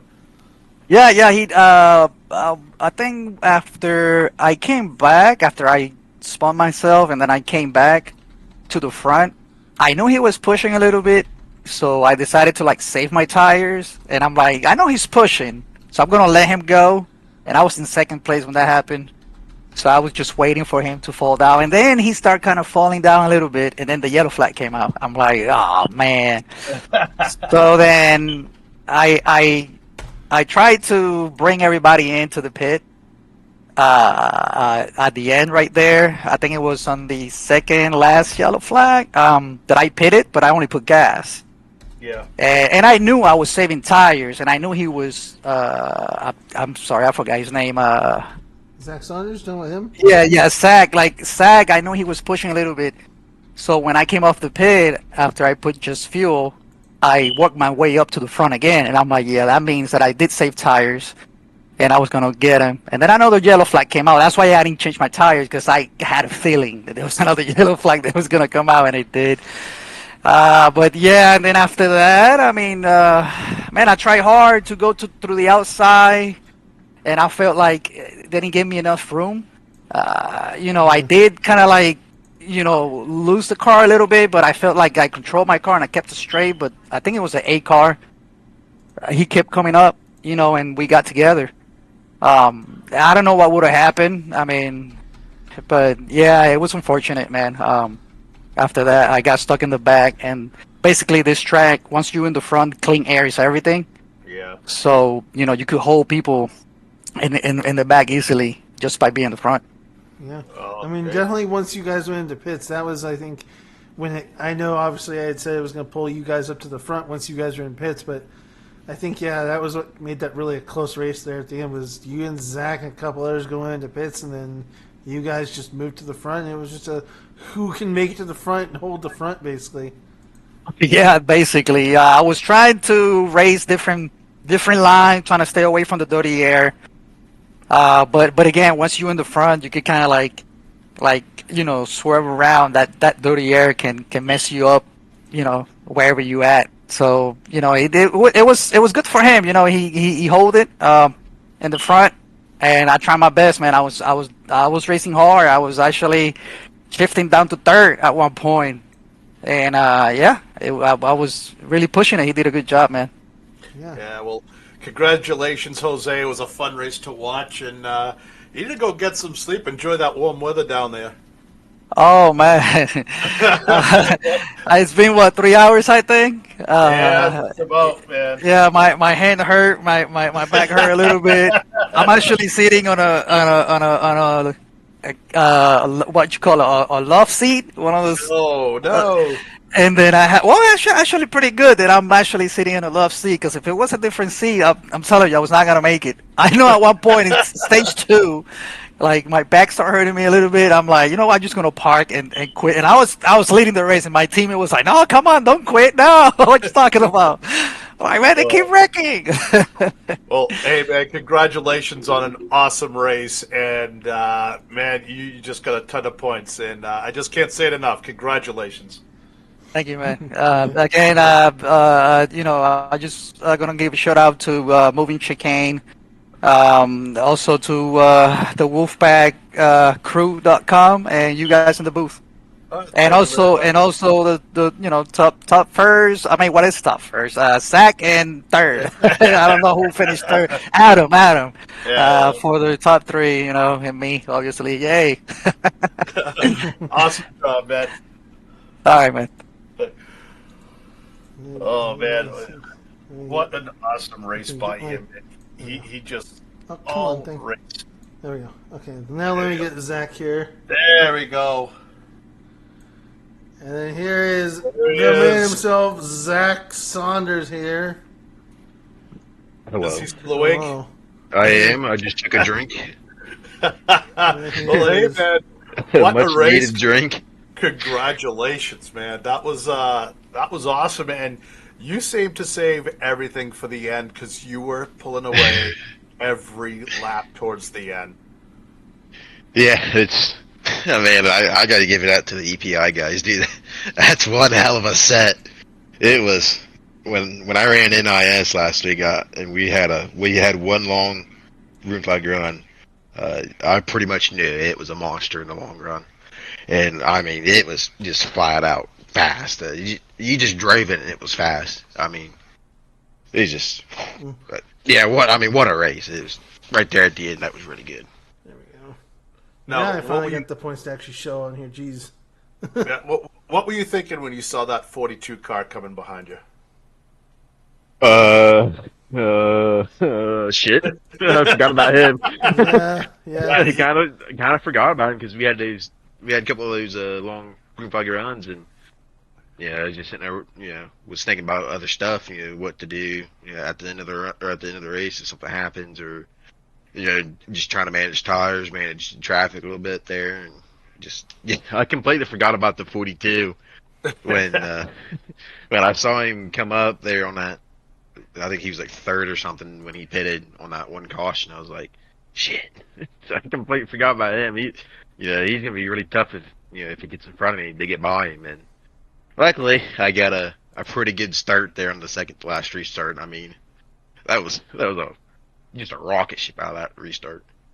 Yeah, you were up front pretty much the whole entire race. You stayed away from that bee's nest that was all race behind you. A lot of guys, we saw I think 3 or 4 different cautions, the single car incidents where a guy was just spinning coming off at turn 2. What was it about turn 2 that everybody was spinning? Turn 2 has so if you run down by the yellow or on the yellow, it's flat. Then you go the next lane up, and there's just a tiny bit of banking there, and then I don't know if you saw us, but we was running the seam, like the center of the car was on the seam. It was helping the car rotate through the center of the corner. Yeah. And I think on new tires, people were just getting caught out. It caught me out during practice a couple times. Even during the race there, just kind of don't really notice it, but you don't really get wide open until you're right up against the wall sometimes, because it's just sitting there spinning. There's not really much you can do other than just not go wide open.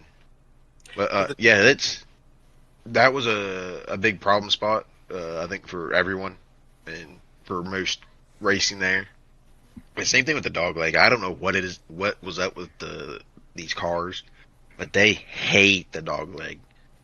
Even just trying to run it normally, you wasn't able to go wide open through there. You had to lift a little bit with the rear and wouldn't step out. We saw a number of cars too having trouble. They would seem like they thought about going down on that apron, and as soon as they touched the yellow line, it just sent that car into another direction. Yeah, you had to hit it in a certain spot in a certain way, and if you was hitting it late, you had to be really easy getting down onto it. Like you had to hold a lot of angle to get down there so it wouldn't spin out. Where if you was further back, you kind of could hit it a little harder. But I mean, I had to cut it every lap because I knew the car wouldn't take running it like normal. But yeah. Man, well, I'll tell you what, Zach, was an impressive race to watch tonight. Congratulations on the win, and we're going to see you, is it 2 weeks or 1 week? No. I don't know. What is it, Bristol next, or was Bristol's it next week? Bristol next week. I thought it was Bristol this week, yeah. Okay. Ooh, Bristol. I know it's Bristol next week because I have to deal with Bristol and trucks next week, and then I think after that it's Coda. Yeah. Hey, maybe we can bribe Mr. Mott, maybe give a couple of fast repairs on that race. I don't think that's happening. No. Sadly. No. Hopefully Bristol shouldn't be as bad as what it is, or we went through tonight. The cars usually handle a lot better there than they do here. Let's do it, Bristol. Yeah. Everybody knows it's Bristol, and they kind of just they take it easy for a little bit. They get to the later on before they start losing their tempers and wrecking everybody. And you really have to. I mean, that track is so gruesome. There early on, because if you make a mistake early on, you're basically done. Yeah. I mean, it's minutes of repairs, and you're just fighting to be on the lead lap. But like you said, you just got to really take it easy on the starts. Just not run anyone over. I mean, would we have here? 42 people, 41 people on the run. Yeah, well, they started with 40. Yeah, so I mean, if we get the same kind of numbers next week, everyone needs to be cautious. There's no trying to be heroes early on. Yeah. You can just take what you are given, and just let the car do all the work. And getting around the track, you just make sure it don't hit no one. Yeah, and the other problem too that makes the difference between this track and Bristol is that Bristol, the way the corners are banked and the way your car is, I've got a triple screen set up, so I kind of have it better than a lot of guys, but I have a hard time seeing what's in front of me when you're coming into the corners. It's just there's not much visibility there, and things happen quick. Yeah, like me, I run on a 43-inch TV, but I still have to look through an A-pillar to see into the corner. Well, everyone knows the A-pillar's in the way, so you can't really remove it. Now, if we was on the right-hand side of the car, I say that's no problem, but we're not. Yeah. But no, if you hit your braking points and stuff like that, you should be just fine at Bristol. I think with the recent updates and stuff to the car, it's not going to handle like it did a couple seasons ago, where you couldn't even come off a corner, half throttle. Yeah, I've heard a lot of guys talking, saying that the new Bristol is better. Yeah. I'm really excited to be racing on the pavement in Bristol. Yeah. So I'm looking forward to it. It's going to be a good time. And hey, congratulations, Zach. Awesome win. Consistency paid off for you definitely tonight. And man, you're locked into the playoffs now. Yep. And hey, that win also put him in 12th place in points now. As Corey did update the points, I obviously am showing him here. That did put him up in 12th now. So what was that? 17 spots gained there. Yeah, 17 spots gained. You're tied with Xander apparently.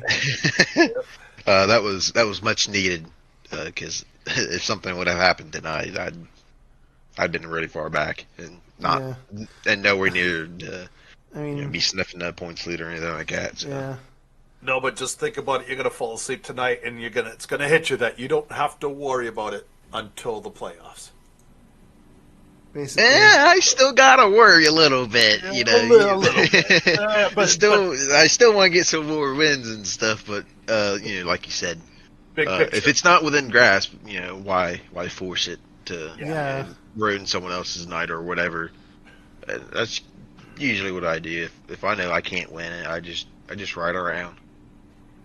Yeah. Well, hey man, you did an awesome job tonight, man. Just super consistent, and you got the checkers. Yep. Thank you. Oh, well, I'll tell you what, Austin. It's been a hell of a night. We got to see Zach out there and run away the way he did. What did you see was the biggest change in the track, Austin? Did you see anything, or what do you think it was just the driving styles itself?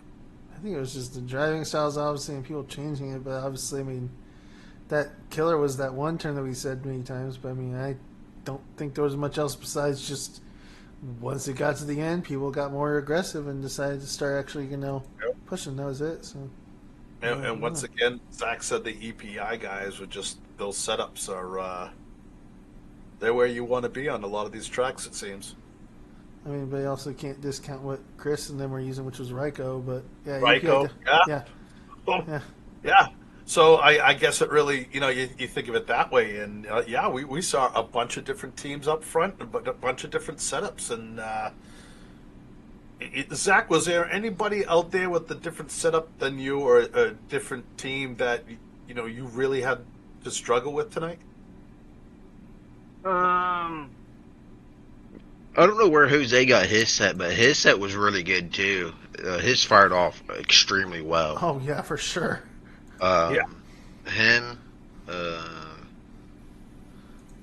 oh, Stephen Menke, whoever made their set or wherever he got his was really good too for about 30-ish laps, and obviously the Mike and Chris with the Ryko sets, they're fantastic as well. I've ran some of them, so yeah.